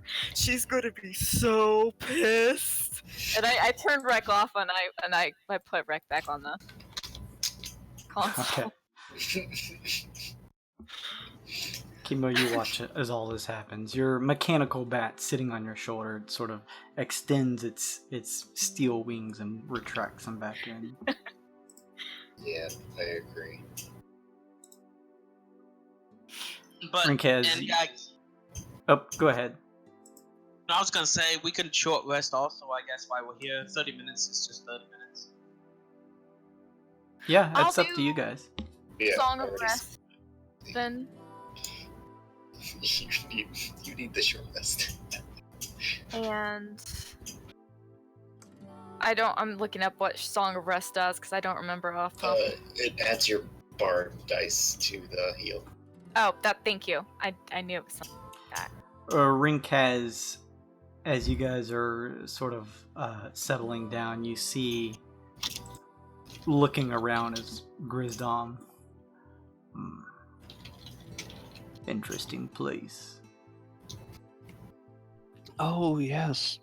I completely forgot to give you a quick tour. Let me help Aesop to his room, and then I'll give you a tour of the ship. Looks bigger on the inside. Definitely. Do you want any food or anything? Maybe a bed to take a rest for a little bit. Sure, he says.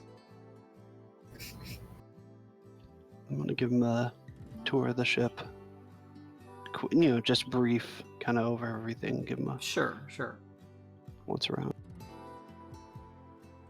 All right, you guys all taking a short rest? Yes. Yes. All right. I'm not, but that's fine. You and Sun Kong, you and Ukog kind of catch up as you get Mark Celine. You guys, we'll say you eventually double back to get the metal wheelchair that you had gotten from the market district, so that Mark Celine has some form of seating to sit around in instead of having to be hauled by everybody. You keep her in tow and catch up for a little bit. Everyone else, you guys can roll for your hit die and then add whatever benefits of Glacé's song that heals you guys up to where you need to be. What's Aesop's dice? What is Aesop's dice? Rinkaz, do you have his sheet? For his HP, it should be a D10. D8? Let me double check.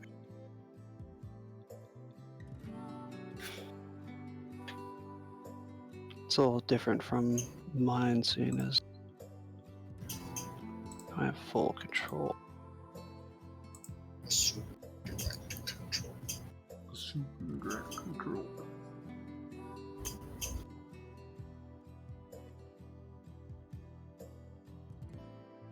Pretty memorable line for only being in 2 fights. That game was so sick. Yeah.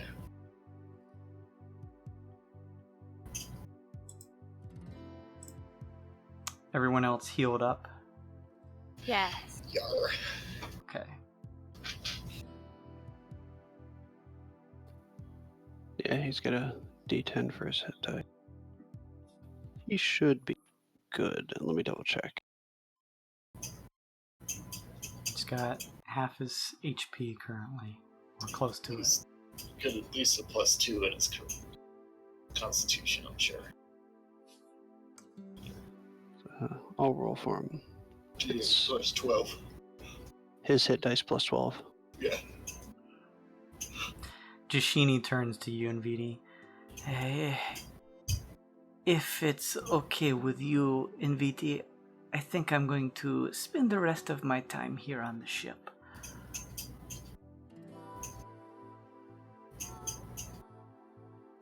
He gets 22 back. If you could add that in. Inviti, Jashini just basically says that she wants to stay on the ship after everything that's happened. I recommend that a lot. Yes, that's a great idea. I thought an outing meant a outing, not what just happened. Though I suppose I should know better from our ruin expedition. Plus, no offense, but that place out there is way too cold for me. Yeah, it's kind of what we do, unfortunately. Oof. Well, if you land on someplace warmer, make sure to let me know. Okay. In the meantime, be careful out there. Yeah, we'll try. And if you want to go somewhere warmer too, you can. We'll help you get wherever. Very well. I will keep that in mind. And she sachets away.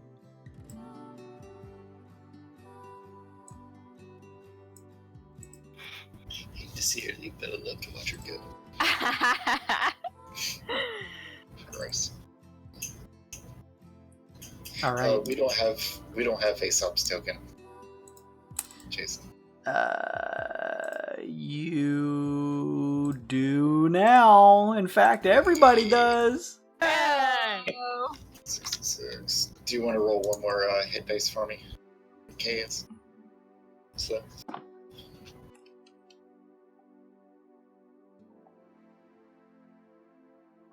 Does anybody else need any more to top off? Not me. Do you have short rest healing? Like, I need 18 points to top off Aesop. Yeah, if I short rest, I get my spell slots back, so. Yeah. Look for 18 good healing. I hope it can hit for 18. You guys all take some time to mend your wounds, whether physical or mental. As you regroup and find yourselves back in the mission control room, Ketz reappears. There is another incoming call from Billionaire Bastion. Okay, let's get it. Uh-oh. Ketz disappears. What do you mean, uh-oh? Oh, the money guy. Yeah. Yeah, Bring him back. Lushy. Hello, darling. Again. Money. Lushy appears on the screen. Oh, Well. my. I have only sampled a small snippet, but I love it. Intrigue, danger across every turn, and I'm pretty sure some of you are probably going to die by the end of this. I don't know how you've all made it, but I'm extremely pleased with this episode. Do we ever disappoint you, Lushy? Not so far, actually. I'm pretty sure you haven't. And you've managed to all stay alive, unlike some of our spin-offs in Wyrd and Wyld while you were gone. Oh, no. Yes, not all business deals seem to work out, but you group in particular of Wild Knots have been a boon for me and my entertainment works. Yes, this was a particularly exciting episode. I will be transferring the money immediately. Oh, wonderful. 750 gold pieces to each of you. And 6 weird bits apiece. Oh no. How many is that with all the rest of them? How much gold was it? I'm sorry. 750. I wrote it down for you guys. That includes you, new recruit, Lushy says, turning to you, Chemo. A lovely outfit, by the way, he says as he swirls what looks like wine in a glass in a hand. Kibo just outstretches a hand like he's expecting to get coins from. Nobody tell him. Straight to the point, I like it. Yes, the funds are coming. You just keep delivering exciting entertainment. Kibo's stomach growls. In the meantime, I can't wait for the public to see this newest episode. Hopefully you're beginning to see the fruits of your labors as you travel across the Twixt. Perhaps you are gaining some groupies along the way. Don't talk about fruit. Kibo's We have run into some fans. Excellent. Well, I hope you are enjoying your adventures as much as one can, being consistently on the brink of death. I don't know why you do it, but please continue. In the meantime, ta-ta for now. Bye. While she disappears. Hey. You know... Oh, go ahead. Oh, yeah, I was just gonna say VD can have 500 and... No. Aesop has 500 and I don't owe him anything anymore. So add an extra 500 to his gold.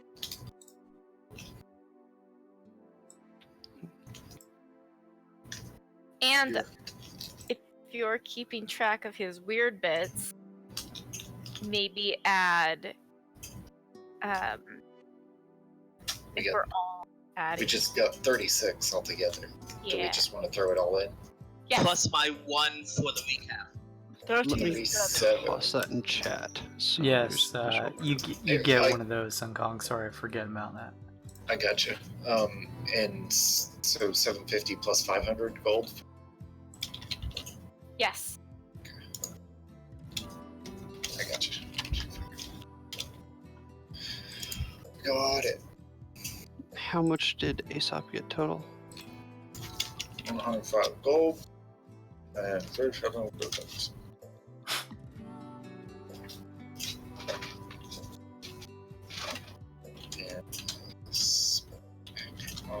And 1250. Gold calculations, everybody. Exciting. And a smack on the ass.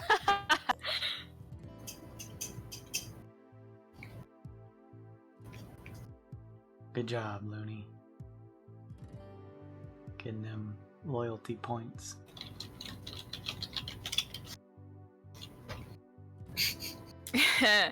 All right. Part of the joke. Damn it. It was 500 each. Yes. Oh no, no.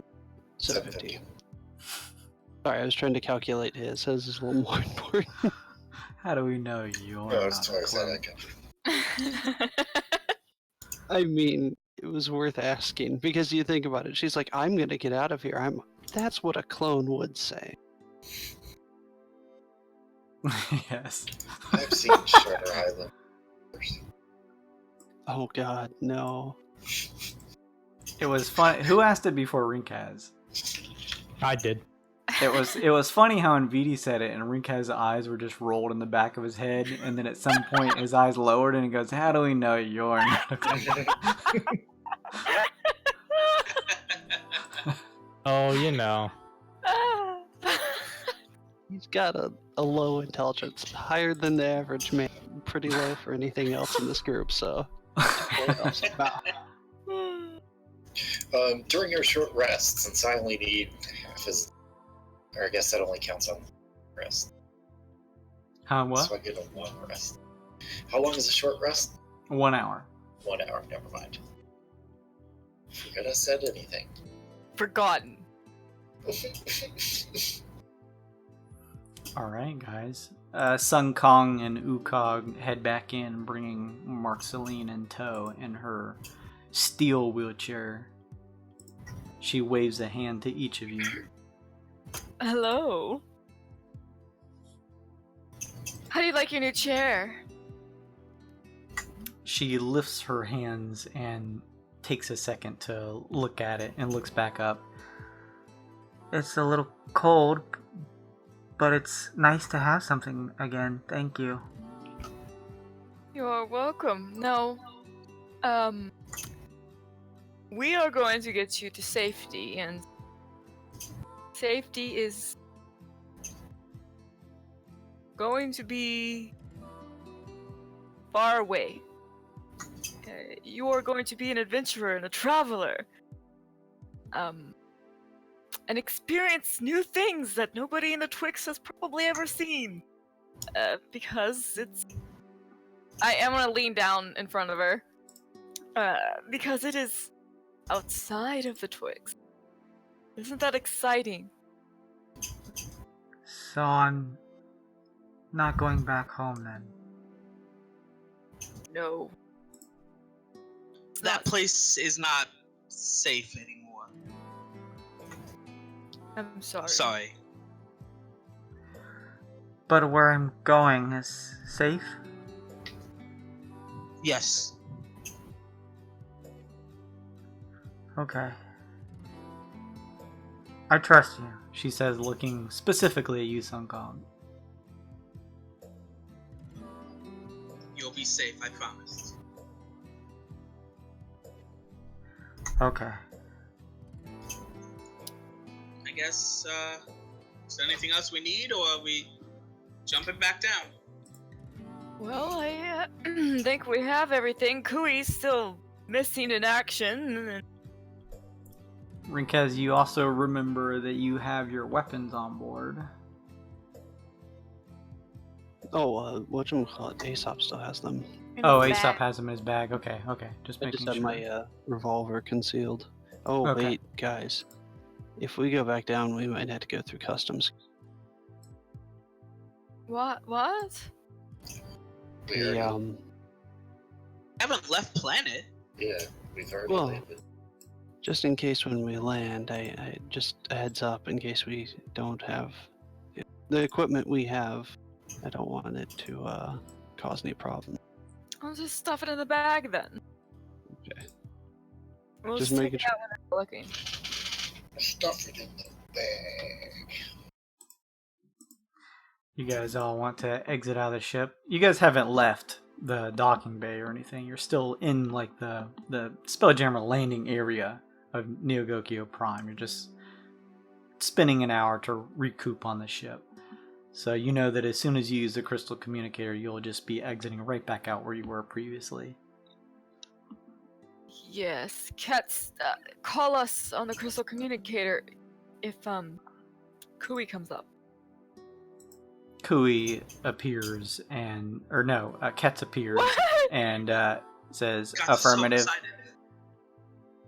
and then Okay. dissipates. What a good snake boy. Alright. Well, let's go get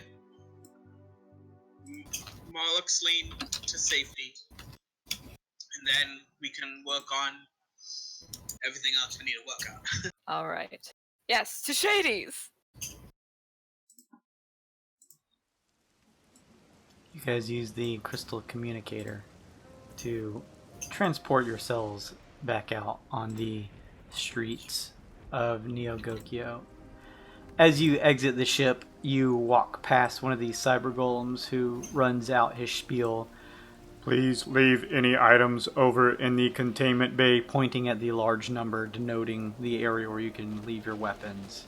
You all nod and just pass on by him. He doesn't give you any more trouble than that as you make your way past and back onto the city streets. Okay. So with that, I'll actually move you guys instead to the actual map itself over here.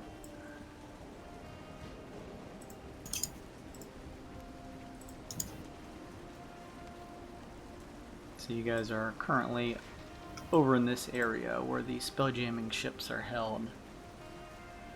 Where would you like to go from here? I guess over to Shady's Alley. Alright. You make your way through the city streets past the Date Atelier and the capsule hotel that you stayed at before towards Shady's Alley. This is a place that you guys visited early on during your first visit here when you escaped that massive time-looping hourglass at the beginning of the season. You visited here with Ileona, who met with a figure who may have very well been Shady himself, for those of you who may remember. The streets of Shady's Alley here are a little darker than the rest. There aren't too many arcane signs or shifting bright sort of lights that light up the city streets like most of the others. There are more figures that shift along the city streets here in the alley, though less in number than the typical metal streets that you guys pass along. It gives you some sort of like a little bit of a familiar vibe as Scourge, but not to the dangerous extent as Scourge was. You know that there's no Toller that's going to try and be constantly eyeing you. You guys do remember that somewhere along here, hidden within one of the side walls of the building itself, was a area that performed the same procedures that you could get at the Maester Mines, though at a cut in cost for those of you willing to attempt it. Other than that, you're unsure of how to go about navigating the alley. What do you do? Well, And Glosse, you're on mute. We gotta find Shady somehow. Kimo, you're Shadow Boy. What do we do? We're looking for some shadowy boy. How does one shadow boy find another shadow boy? Kimo looks at Glosse, then makes an intuitive decision Well, say winks. to go the wrong direction. Hong Kong wings. Let's go that way. Just randomly down Yep. on. Okay. Well, then we'll know if it is or isn't. Can I try to remember where Ileana might have met him before? Sure, yeah, a history check for Was sure. it history? Yeah.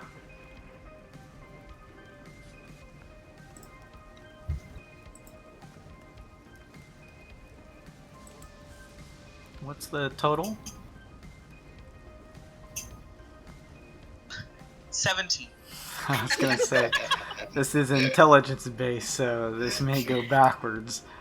The monk's making the history check. Still not terrible. You're 17, Sunkong. You sort of retrace your steps, remembering when you were here previously. You definitely remember your time here because, similar to Glace, you were put in a position where your mind was taken to a different place for a certain amount of time.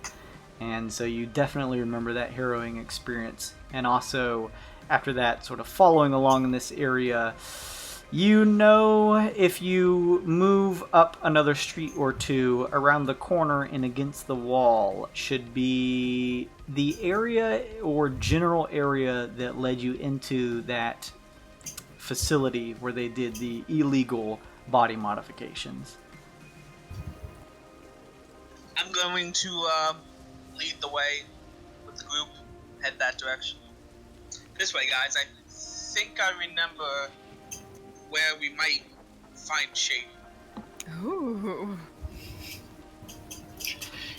Kibo's gonna be on constant lookout. Okay. Trusting Sun Kong to do something shady feels wrong somehow. You're not wrong. You guys move through the city streets that are not as full of denizens as the others. After following along Sun Kong's lead and shifting to turn the corner, you guys find a particularly vacated strip of what looks to be sort of like alleyway. There's not even a street here. It's a much more narrow area, sort of secluded in somewhat of the darkness between two high-rising steel buildings is a figure that is covered in a black coat, sort of just leaning up against the wall, pretty close to the area that Sun Kong, you remember going into this facility. You remember that there was no clear visible door and that he actually had to activate something special to open it. So you don't exactly know where the entrance is, but you know it seems to be around the area that this figure is. And he actually rings a bell to you. He seems like the figure that you guys dealt with previously, that Iolona tried to steal from and was unsuccessful. So, do I remember if I have to talk to him to get in, or if there was like this, do I remember how to get in the door? You don't remember that much. Can I roll again? Or? No, Okay. with your check, that's about as much as you remember. You don't know exactly you don't remember exactly what she did to gain access, but you know that at the very least she talked to this gentleman. Okay, I think we need. I'll talk to him. Okay, yeah, he knows how to get in. I don't remember exactly, but I'll saunter up it's to around him. here. I walk over with him. Okay, you guys both saunter up to the figure leaning up against the wall. We're here to see Shady. He turns up to look at each of you. I wink at him. We've met him before. Have you? The figure We says. have. What do you need with Shady? Oh, we have We need business. to ask him about some information. Mm. And also, he's helping us with an extraction. He sort of turns, cocking his head to see the rest of the group sort of at the far end of the alley, and then turns back to you two. I'm Shady. Ooh. Can I do an insight check on him, just to make sure? Sure. I think we're all a little shady. That's Shady! Okay. My insight was a 12, by the way. That seems like him. Oh, well then, you know why we're here. Leah No. is going to be picking someone up. You're going to keep them safe for now. She should have spoke with you. Oh, yes, that. I do remember that. Okay. Well, I look back towards. I wave everybody over. Oh, that's our cue to go Marceline. over there. Marceline. I'm like, this is her. Mm-hmm. He gives her a once-over and says, I'll keep her safe. I appreciate that. And,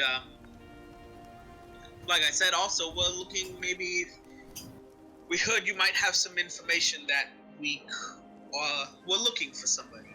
And we heard you might know where she is. And who's that? Her name is,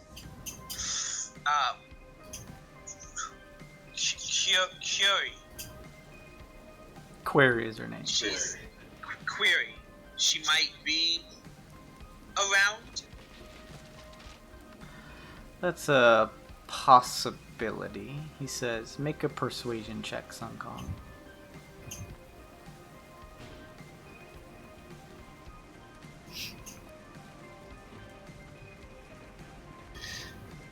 I'm using my my good luck card. Okay. Good luck card. What's 1d8? Okay, cool.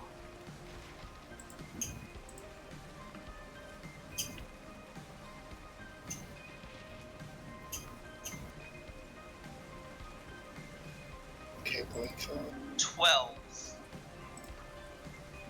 12 total, just straight. Yes. Everyone else is here too, so I don't know. Unless someone wants to assist me. Yeah. Well, I can assist on persuasion. I've not seen this guy before, so I wasn't Someone, with the party last time you were here.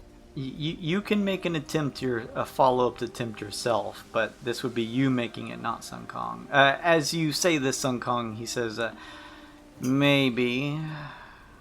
There's a lot of people who pass through here. I jingle some gold in my hand. I don't know if maybe there's something I can help you remember better. How much? 10. I have a number in my head. It's 3 digits. It's 100 gold.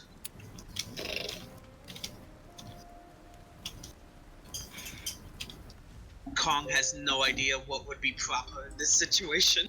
Make another persuasion check, but at advantage, since you're offering him gold. Oh. Oh, thank God. Oh, God. Wow.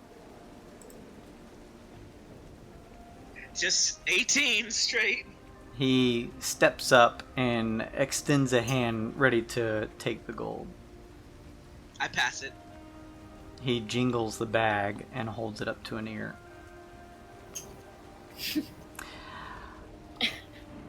I'll get her for you, he says.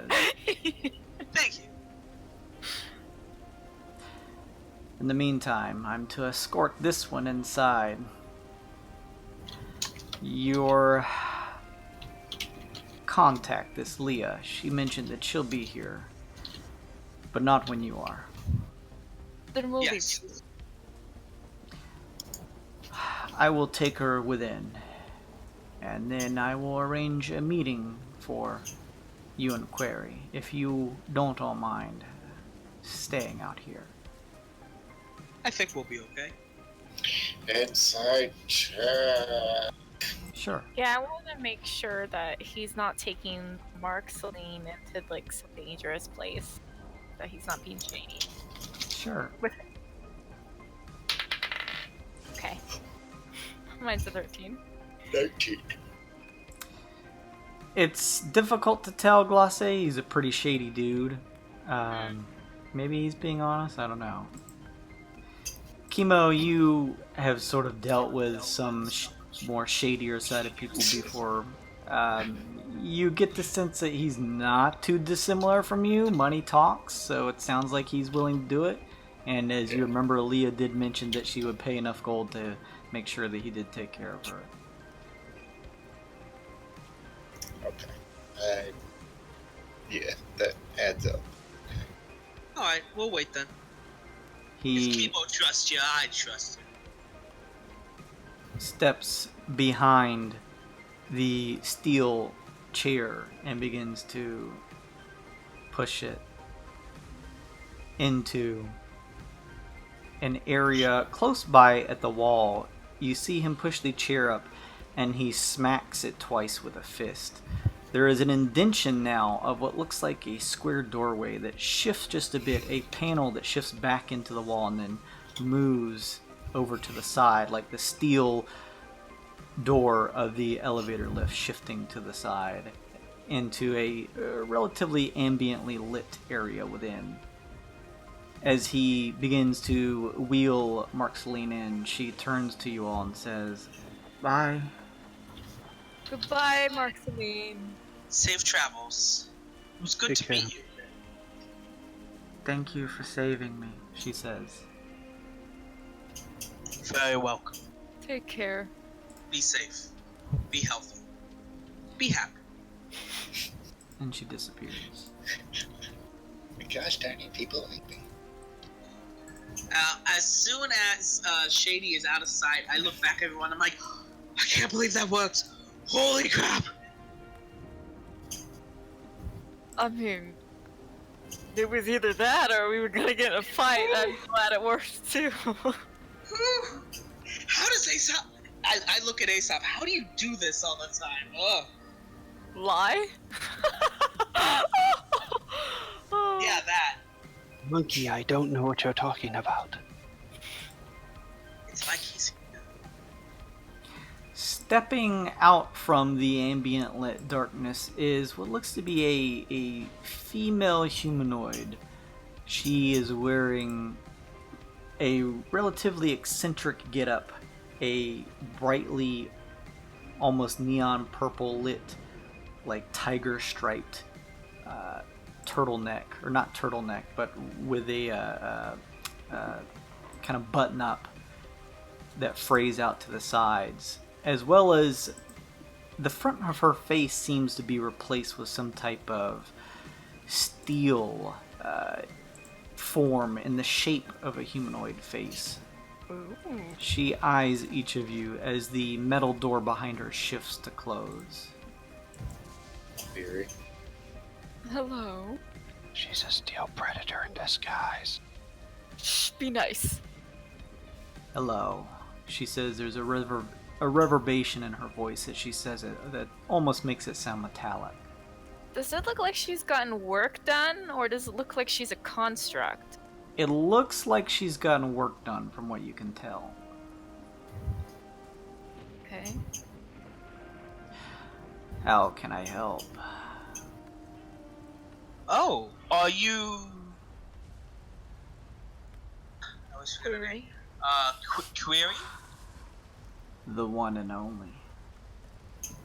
Oh, well, it's an honor to meet you. My name is Sun Kong. This is us. We are, we were told,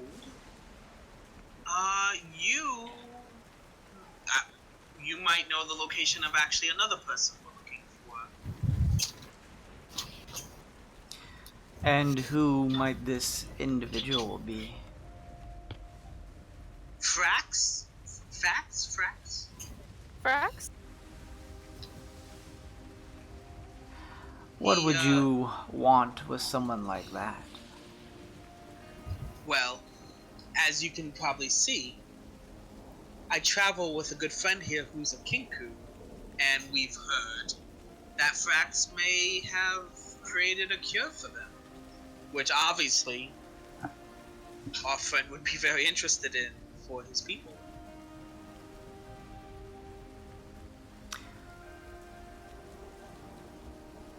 It's possible, yes.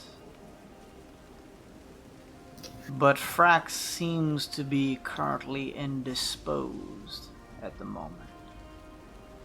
I would like to take a insight roll for Aesop. Sure.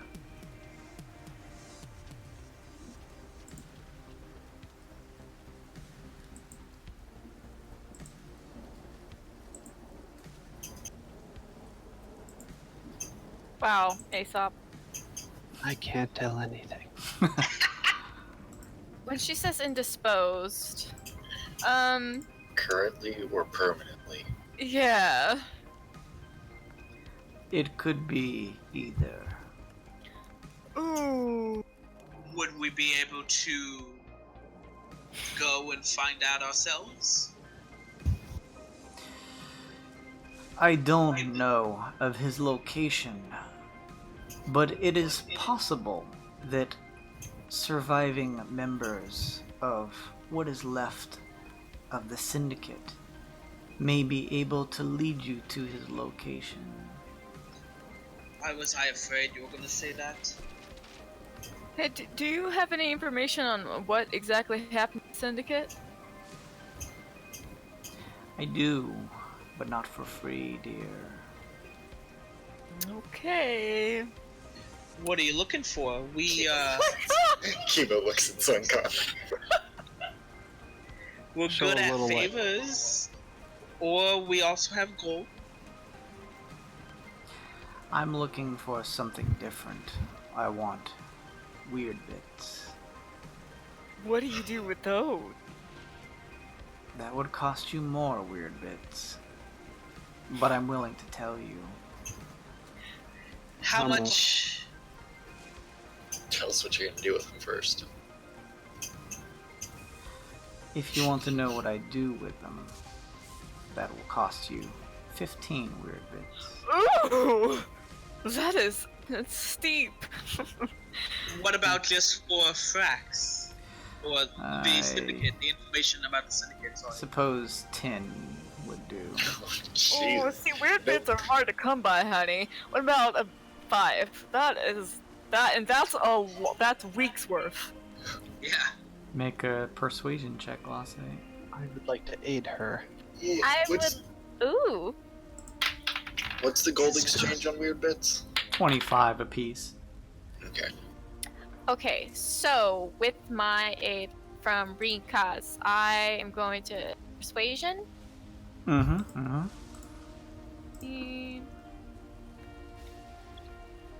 24. I'd like to throw in the word for Aesop and say, my friend here, let's say a life's work and the sanctity of his sanity and family are at stake. Interesting, but that does nothing to benefit me. 6 weird bits and an interesting item that one of you values. That is so. Ugh. I'm gonna I look might through my have bag. something. Oh, you might have something. You have a lot of stuff. I get a lot of weird shit. I might Three have weird something. bits. for I'd 100 also gold. be willing to give up the Arbiter. The Arbiter. What the hell is that? The weapon I have. It's Holy shit. I forget what it's called. It's in the rules in the here on Under parting belongings, it's your arbitrator. arbitrate. That's it. It's a +2.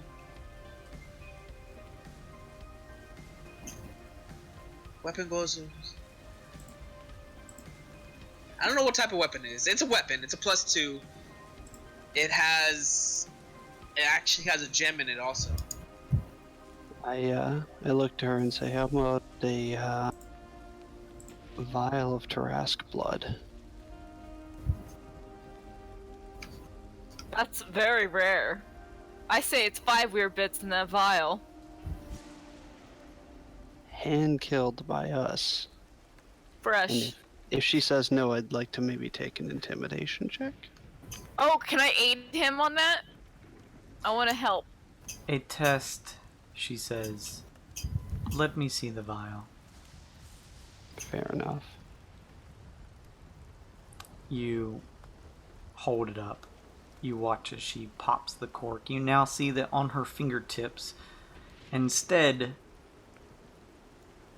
of actual fingerprints, similar to her face, is what look like steel imprints where her fingerprints would be. She dips a finger into the blood and puts it into her mouth. No! What are you doing? No, that's Tarask blood, you know. You just. 5 weird bits and the vial of Tarask blood. Alright. That can't be good for you. Pops the cork back on and slips it into her button-up vest. I thought you were going to say she drinks. She also takes the 5 weird bits. Where's that coming from? The pool? Yeah. I would think, yeah. She So takes you the know. 5 weird bits. Are you looking for anything specific about the vultures or the syndicate? I guess the main question would be is, how can we find them? Do they have a base of operations, or? And do you know if they're after what reasons they go after people, and why they would want to take over? Who's good? It seems as though there was a shift in leadership with the syndicate. It came under a reformation from the top down.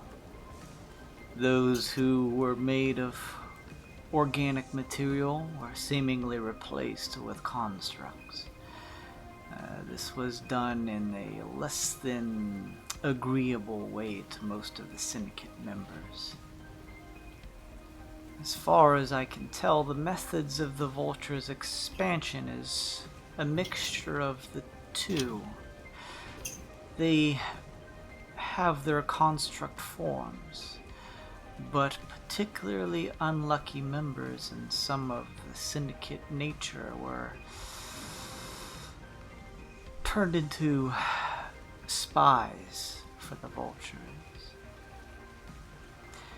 I've heard rumors that their leader is able to tap in with a certain telepathic power to those that they have under their spy network, and that they have eyes all within the city.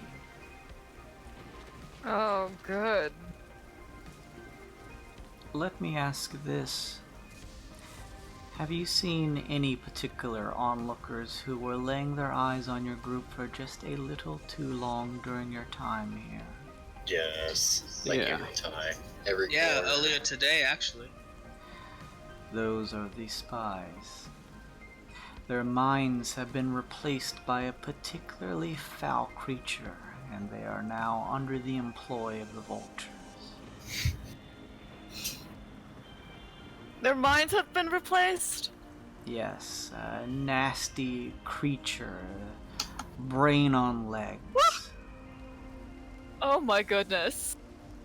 They Oh. tried to do that to us.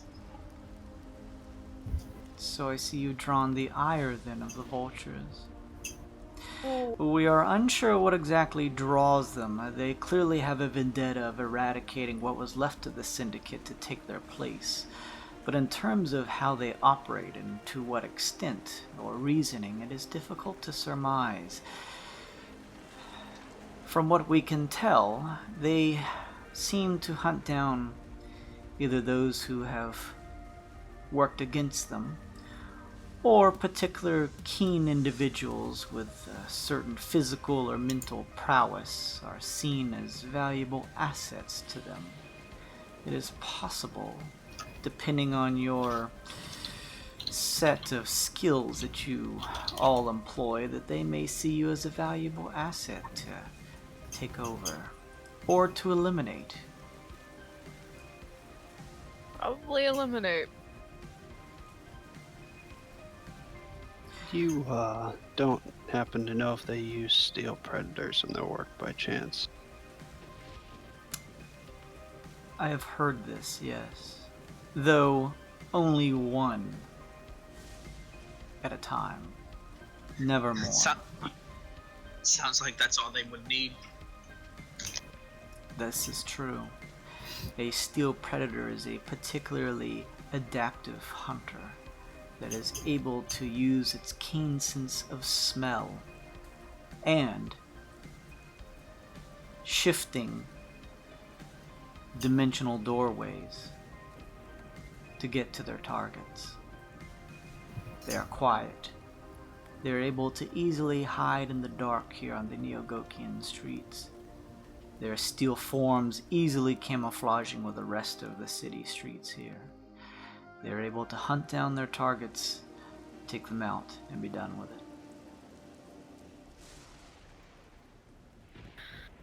it.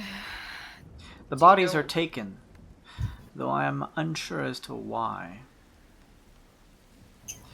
I have heard rumors that there is a particular construct that is controlling them all from the top.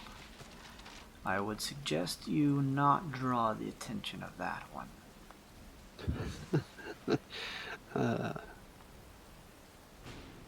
Well, how do we not draw attention to it if they already are trying to kill us? It's an interesting question. I suppose you could always leave the planet. Aww. But you in particular seem invested in this valuable information for your friend here. Something about saving his kind. Mm-hmm. So then I suppose to you it is worth the risk. Yes, that's why we're still here.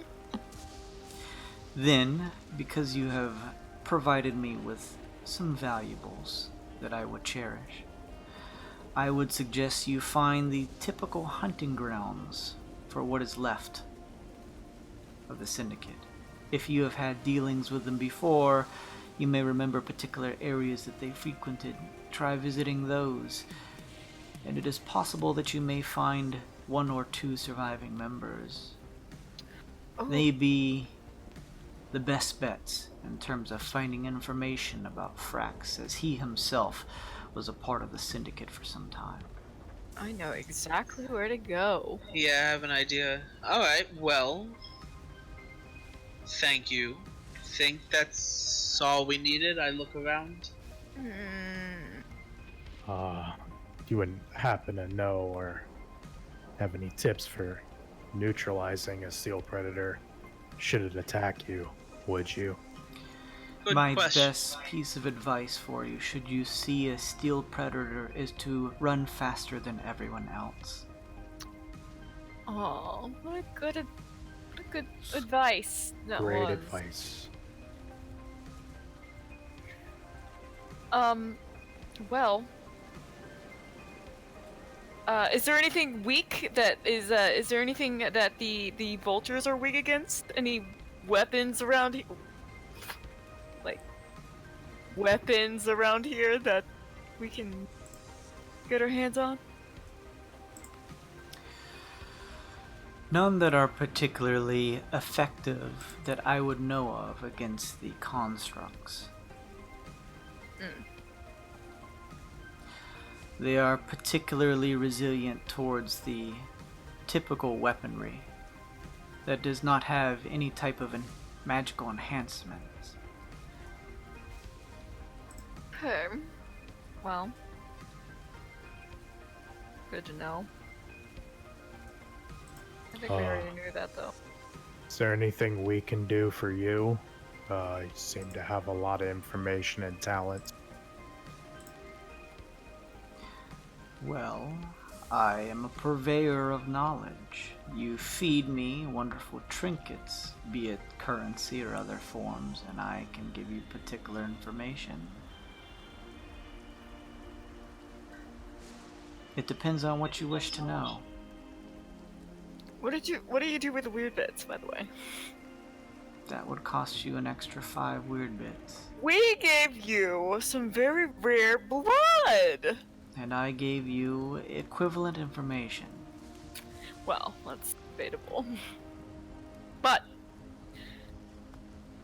Thank you for that information you did give us.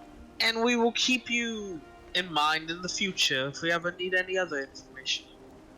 We always have such interesting things and items that we find. That's interesting to know. I will keep that in mind. You do that. You have fed me some interesting items to look over. I will waive the fee that I no doubt have a feeling that was extracted from you to have me meet in your presence next time. Ooh, how nice. Thank you. We do appreciate that. Were you looking to get any enhancements while you were here? We already got some. Thank you. They're Feeling good. much cheaper than the ones you would find at the Maester mines. Well, can't go back and put the heart in to come back here and replace the heart and get a new one now, can we? No, but if you are looking for others, please keep us in mind. Okay. Of course. Is that where you get yours done here? Yes. Oh. Nice. Well, A re-endorsement. was there any other information you were looking to be provided, or are we done here? I believe that's all. How do we know, how will we know that our contact is gonna come by and pick up her package? As far as what I was told by Shady, you will not. Okay. Well. Okay. I assume you could always try and stop by again and ask if she is here and get a yes or no. Yes. Makes sense. From what I was told, it was a commitment based on trust between you and the other party. Yes. We took each other's words. A rare thing these days. It truly is. Do you know some people are going around asking for your blood? Interesting. Anyway. Well then, I will be leaving. Hopefully we get to do some more dealings in the future. Yes, Yeah. I hope the same. Also, please forget my name for the time being. Who Who are you? I wink at Sunkong. Very good, she says as she slips back into the darkness. The metal door shifts back to the side, closed, and you see it shift forward to meet the rest of the wall. The outline of the door almost completely disappears as it does this. Nifty. Alright, well, that was beneficial, I feel. Oh. Yeah, where are these syndicate places that you may know of? Sensation. Well, didn't we first notice them in the marketplace also? I don't, They No. noticed us there, yeah. oh, then maybe we should go to the marketplace. And get disguises. We have to disguise our smell and believe what they said. Well, let's go look for Syndicate, boys. You guys heading to the marketplace? Yeah. Was that what you guys thought when you said, when you were saying you think you know where they hunt? I thought it was Did- sensation. No, I thought it was sensation. I mean, we could check there also. That might be a better. I don't know. Yeah, it seemed like you had a better idea. So let's go with the other idea. Was it cessation? Sensation. Sensation. What's a sensation? It's a club. It's a nightclub. Of that kind of sensation. Mm-hmm. Isn't that the place with the back room that has all the Drugs. illicit substances. Pleasure slimes. Yeah, I was gonna say. Oh, that turned out better than I expected. I didn't know what you were gonna say. Woohoo! I did it! Oh my gosh. Again, I don't know how you do this all the time, Aesop. Do what? Lie. Aesop's gonna cover Hush's ears. We don't lie. We get what we need done through words. Of course, buddy. It's not lying if you're convincing. Exactly. Listen to Nvidi. Well, I guess, let's see. How long is it till the person for Kui is here, Jason? That would be probably another 5 hours. Been like an hour? Okay. I guess we 4.5, head over to maybe 5 hours. Okay. I guess, do you guys want to head over to Sensation? Yes. Alright, you guys begin heading through the streets, making your way over to Sensation. To a new sensation. New sensation.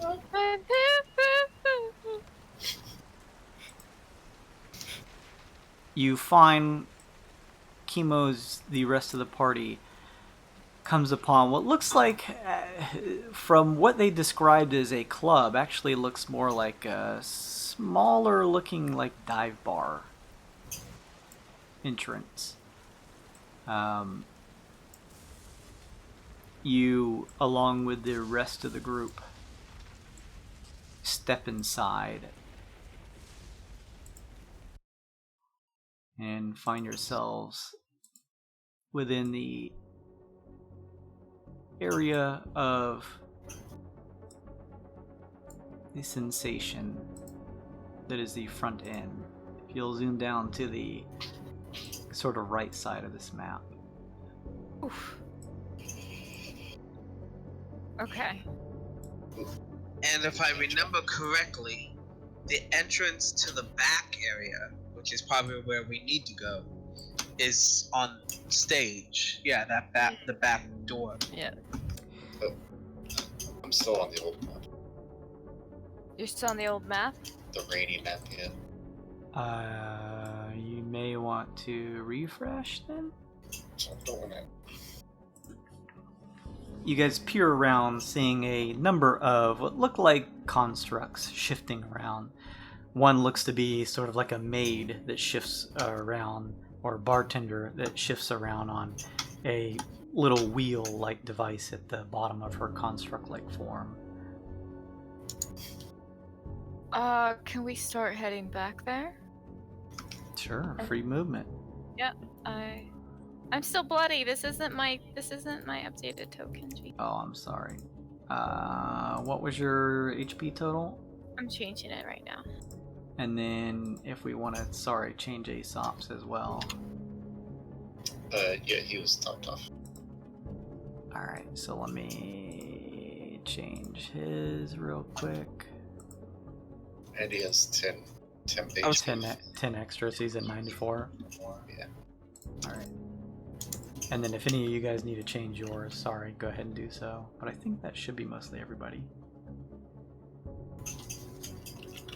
I'm just gonna make my way back to the stage like I belong here. Did we decide how blind sight works? For my bat?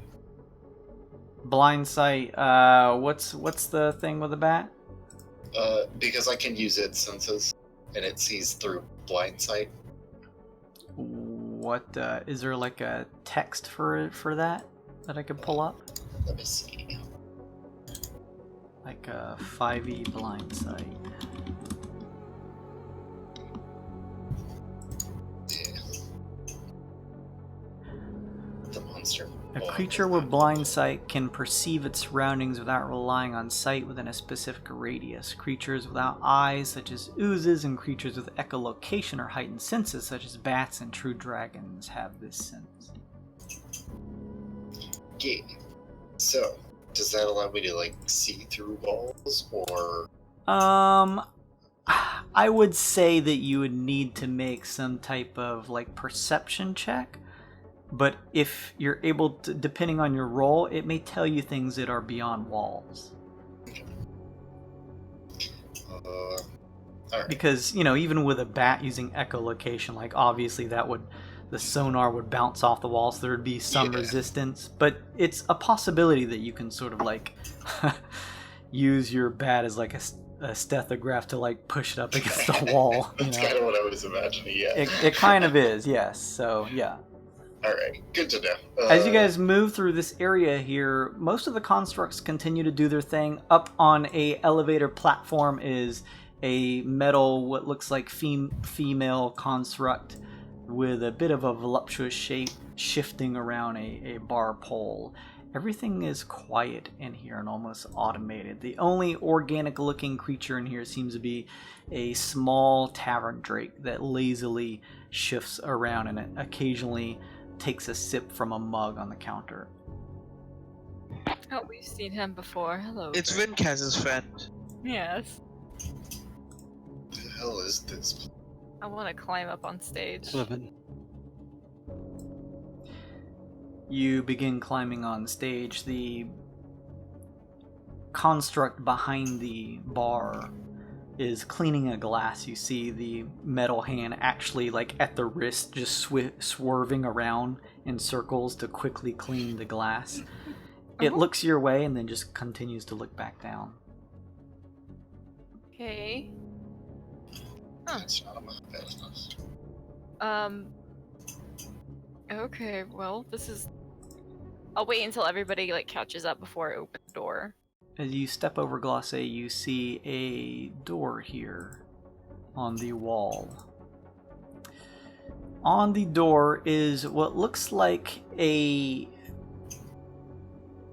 sort of pad, and there are what look like buttons that have sort of glowing arcane glyphs of different looking pictures on it.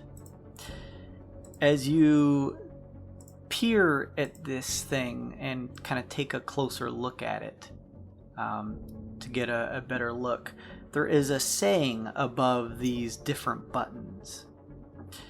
And the one at the top, the saying at the top reads...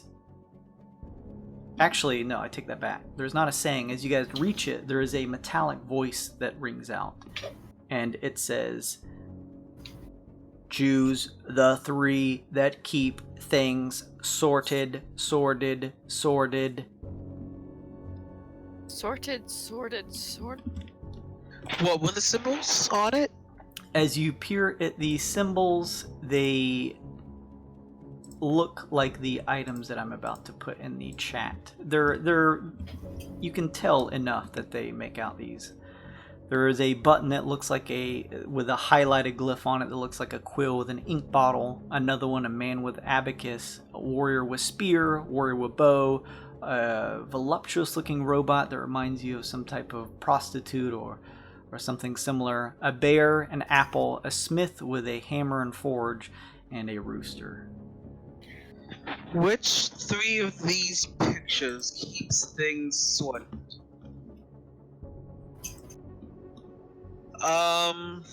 Do you think? What do you guys think? The quill, maybe? Could that could be one? Honestly, I mean, keeps things... Maybe the man with the abacus? I use detect magic here to see if maybe some of the runes a little bit stronger than others. Maybe see if there's a way I can... As you raise a hand and your palm lights up, there is a resounding sense of magic emanating from both the sort of arcane pad as well as the door itself. The two are connected, though none of the symbols seem to be glowing with any more sense of magic than the others. At least while none of them remain unpressed.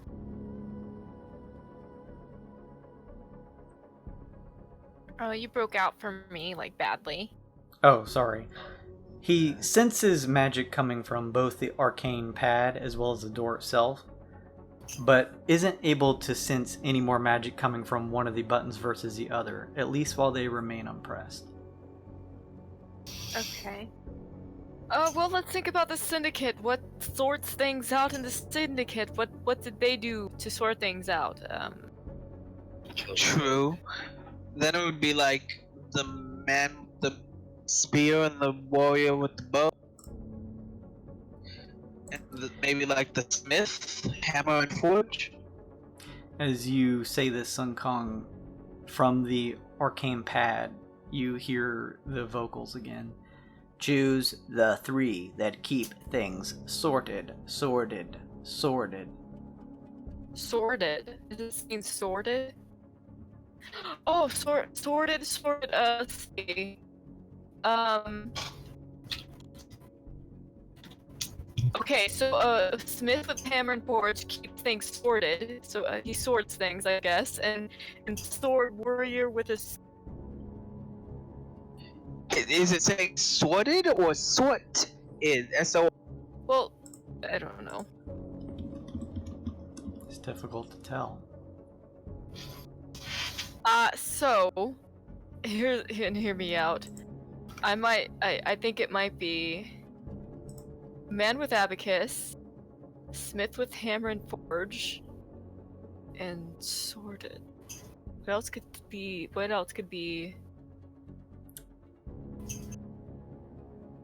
You guys can make knowledge checks. Yeah, what kind of fucking check can I make? You can make an investigation check. Okay. Great. I made a 6. Wrong die. Hold on. Insane. Glosse, you're unsure, although you are not completely unconvinced that the first two could be correct. You're just unsure of that last one. 16. I mean, the warrior with spear, that's a spear, not a sword. 16 was your total, Sun Kong? Yes. Roll a 1d3.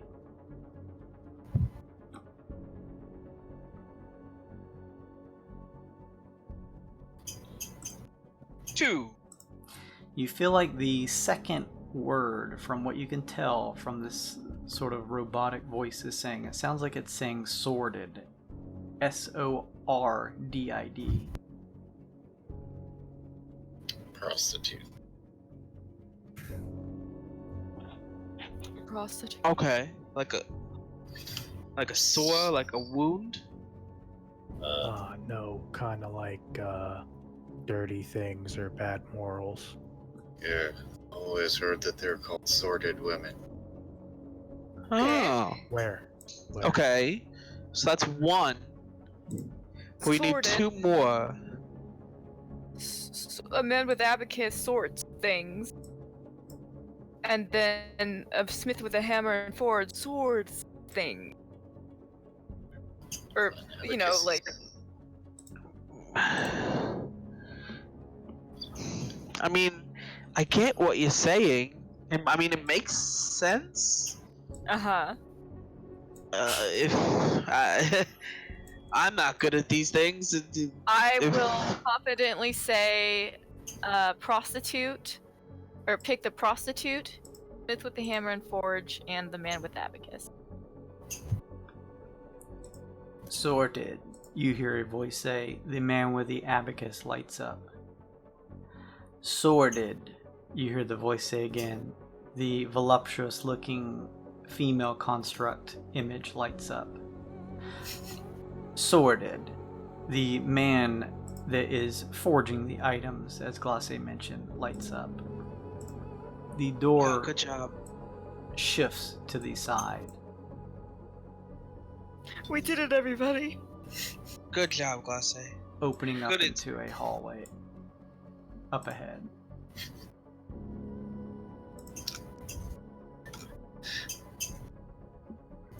It's a good thing you guys knows about Sordid women. I was gonna say, Boy, we like, would have been stuck on that. having to make that player knowledge, character knowledge was was hard. I'm trying to remember what we did last time. Oh, I started dancing down the hall. You guys reach the end of the hall and enter the set of doors into the next area. That leads into the sensation proper. Woo! Fascinating. Oh my god. I got you. And VD, I'll be your wingman. Go figure, the one person that should be here is not here. We don't know that. Right? What? Jashini is a dancer of sorts. Oh no, we need to Seems keep like a her. dance No, club. no, no. This is not her kind of. This is. She will do well in other places. I feel like Isn't being it a in. dance club? It is, but it's very criminal. Like Jacini is a little less criminal than us. Oh. You're getting there, Nvidi. You're very thoughtful. You see a number of what look like the Newman creatures you've seen before, as well as other general humanoids. Some sitting at various tables. In the distance, you see shifting lights of the dance floor that you've been to this area before. The energy here, compared to the previous time, seems a little less excessive. Everyone seems relatively calm and low-key. There's some light, very light, hushed conversation occasionally between the folks at the tables. And the dancing on the stage seems to be going and taking place, but they're going at a much slower rate than they typically would be. Can we look for guys that are dressed up as syndicate boys? Or, Without needing a check, you immediately see the bartender dressed in full red, an actual sort of, not only sort of helmet, but actual faceplate that covers the top half of her face, coming down, descending as she stands at the bar.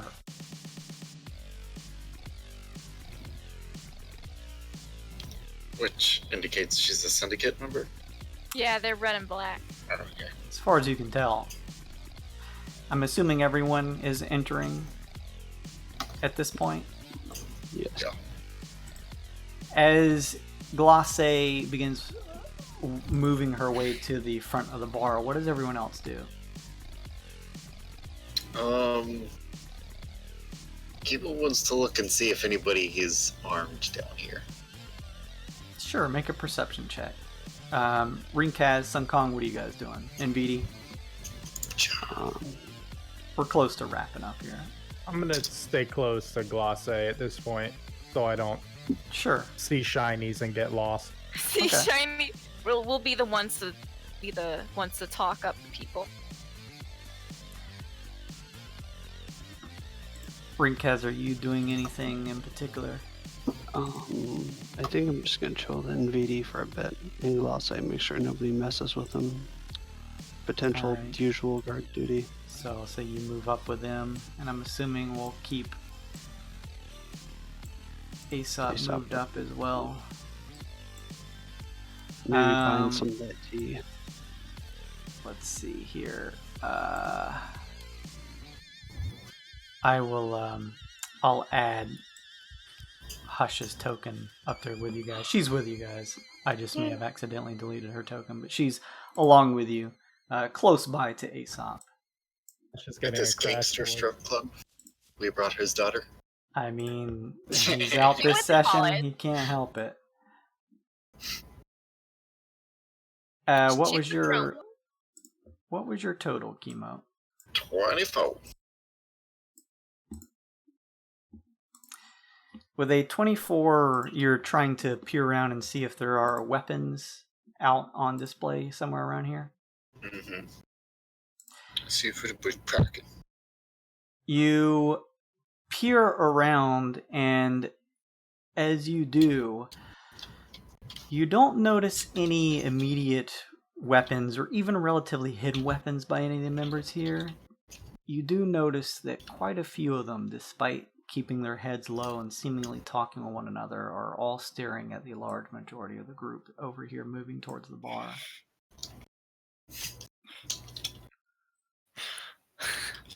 So,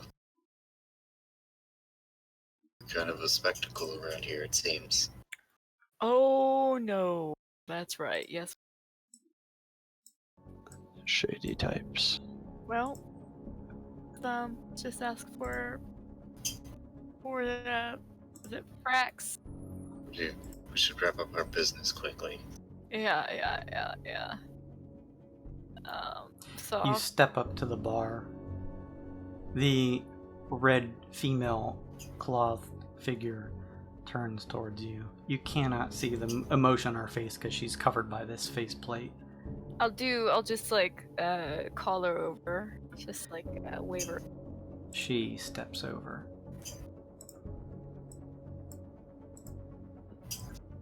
So I'm assuming there's like music blaring, so I'll try to get as close to her as I can without like saying my business out loud to everyone.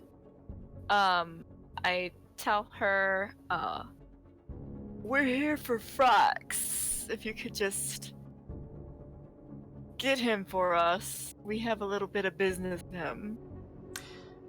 Well, I'll say you say this, getting ready to say it relatively loudly over the music, when as you finish saying it, realize that there is no music playing. Oh. Okay. You take a second to look over the dance floor and now see that all of the dancers are looking at you. And as you look around, you see that nearly everyone in here is looking at you and your group. And then you hear from the bartender as she leans over the counter. She says, "You shouldn't have come here." And as she says that, there is a crackle of what looks like arcane magic chemo coming from the doorway next to you. And stepping through is the Steel Predator. Fuck! Oh, Frax. Oh, no, I'm ready for it now. Chemo's the first to die. And that is where we'll end this session. These guys set us up! Wow. Seems. Uh-oh. Yeah. Uh-oh. Sun Kong is grasping onto Nvidi, holding on for dear life, apparently. I don't know how this happened. Nvidi pushes him off of him. Stand back, citizen. Handle this. I didn't get to use my bad boy card, oh well.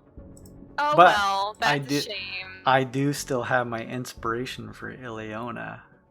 My DM inspiration. Jason, I want to see. I want to see the winking Ileona. I guess that has to be confirmed first. No, show us in other ways. I'll show you in other ways by posting it in the Discord chat. Yes. But yes, that's where we'll end this session. We went a little long. Thank you for sticking around. Not too bad, but I try to like to leave on cliffhangers if I can get you guys to one. So here we are. Thank you everybody for watching. I hope you guys, as my players, had fun. Yes. Let's take a look here really quickly. Thank you, Rating Rainbow, for following and the bits. Thank you, Gravity 2DX and Rams Live for donating those bits. That was really awesome of you guys. Yes. Hope you had fun. If you missed any of this session, you can always check it out on our VOD on Twitch, or you can also just go to our YouTube page, GOWD_mode, and check out all the Weird and Wild sessions. They're all up there. And keep up to date by checking out our Twitter. And keep in mind that as you guys watch you build up loyalty points, you can check those out below. Also, keep an eye out if you are an avid watcher of our show on Twitch, because I may be messaging you about winning that D&D 5e box starter set, since the first person I messaged didn't get back to me within time. So I usually give you guys about a week, but I want to make sure it goes to someone who's actually like watching us and relatively active on Twitch. So we'll be sending that out, and hopefully when the person responds, that's when I'll announce them on the next session. So in the meantime, on our Twitter, go check out that poll and vote for who you want to be next in the Godly Tavern in terms of monsters. Which light marauder? Yeah, that's a pretty popular one. But in the meantime, yes, thank you everybody. We will be back next week with Luke in tow, so you guys can explain the current situation of what this current picture is. Of death. And Sleep with the gold. And we'll go from there. Hey, at least you guys got some money this time from turning in that stuff. Yeah, you got not only your 500 back, Chemo, but also a little bit extra. And maybe more, who knows? We'll see. But yes, thank you everybody for watching and checking us out. Please follow us if you really liked us. But in the meantime, we'll be back next Friday. Goodbye, everybody. Bye.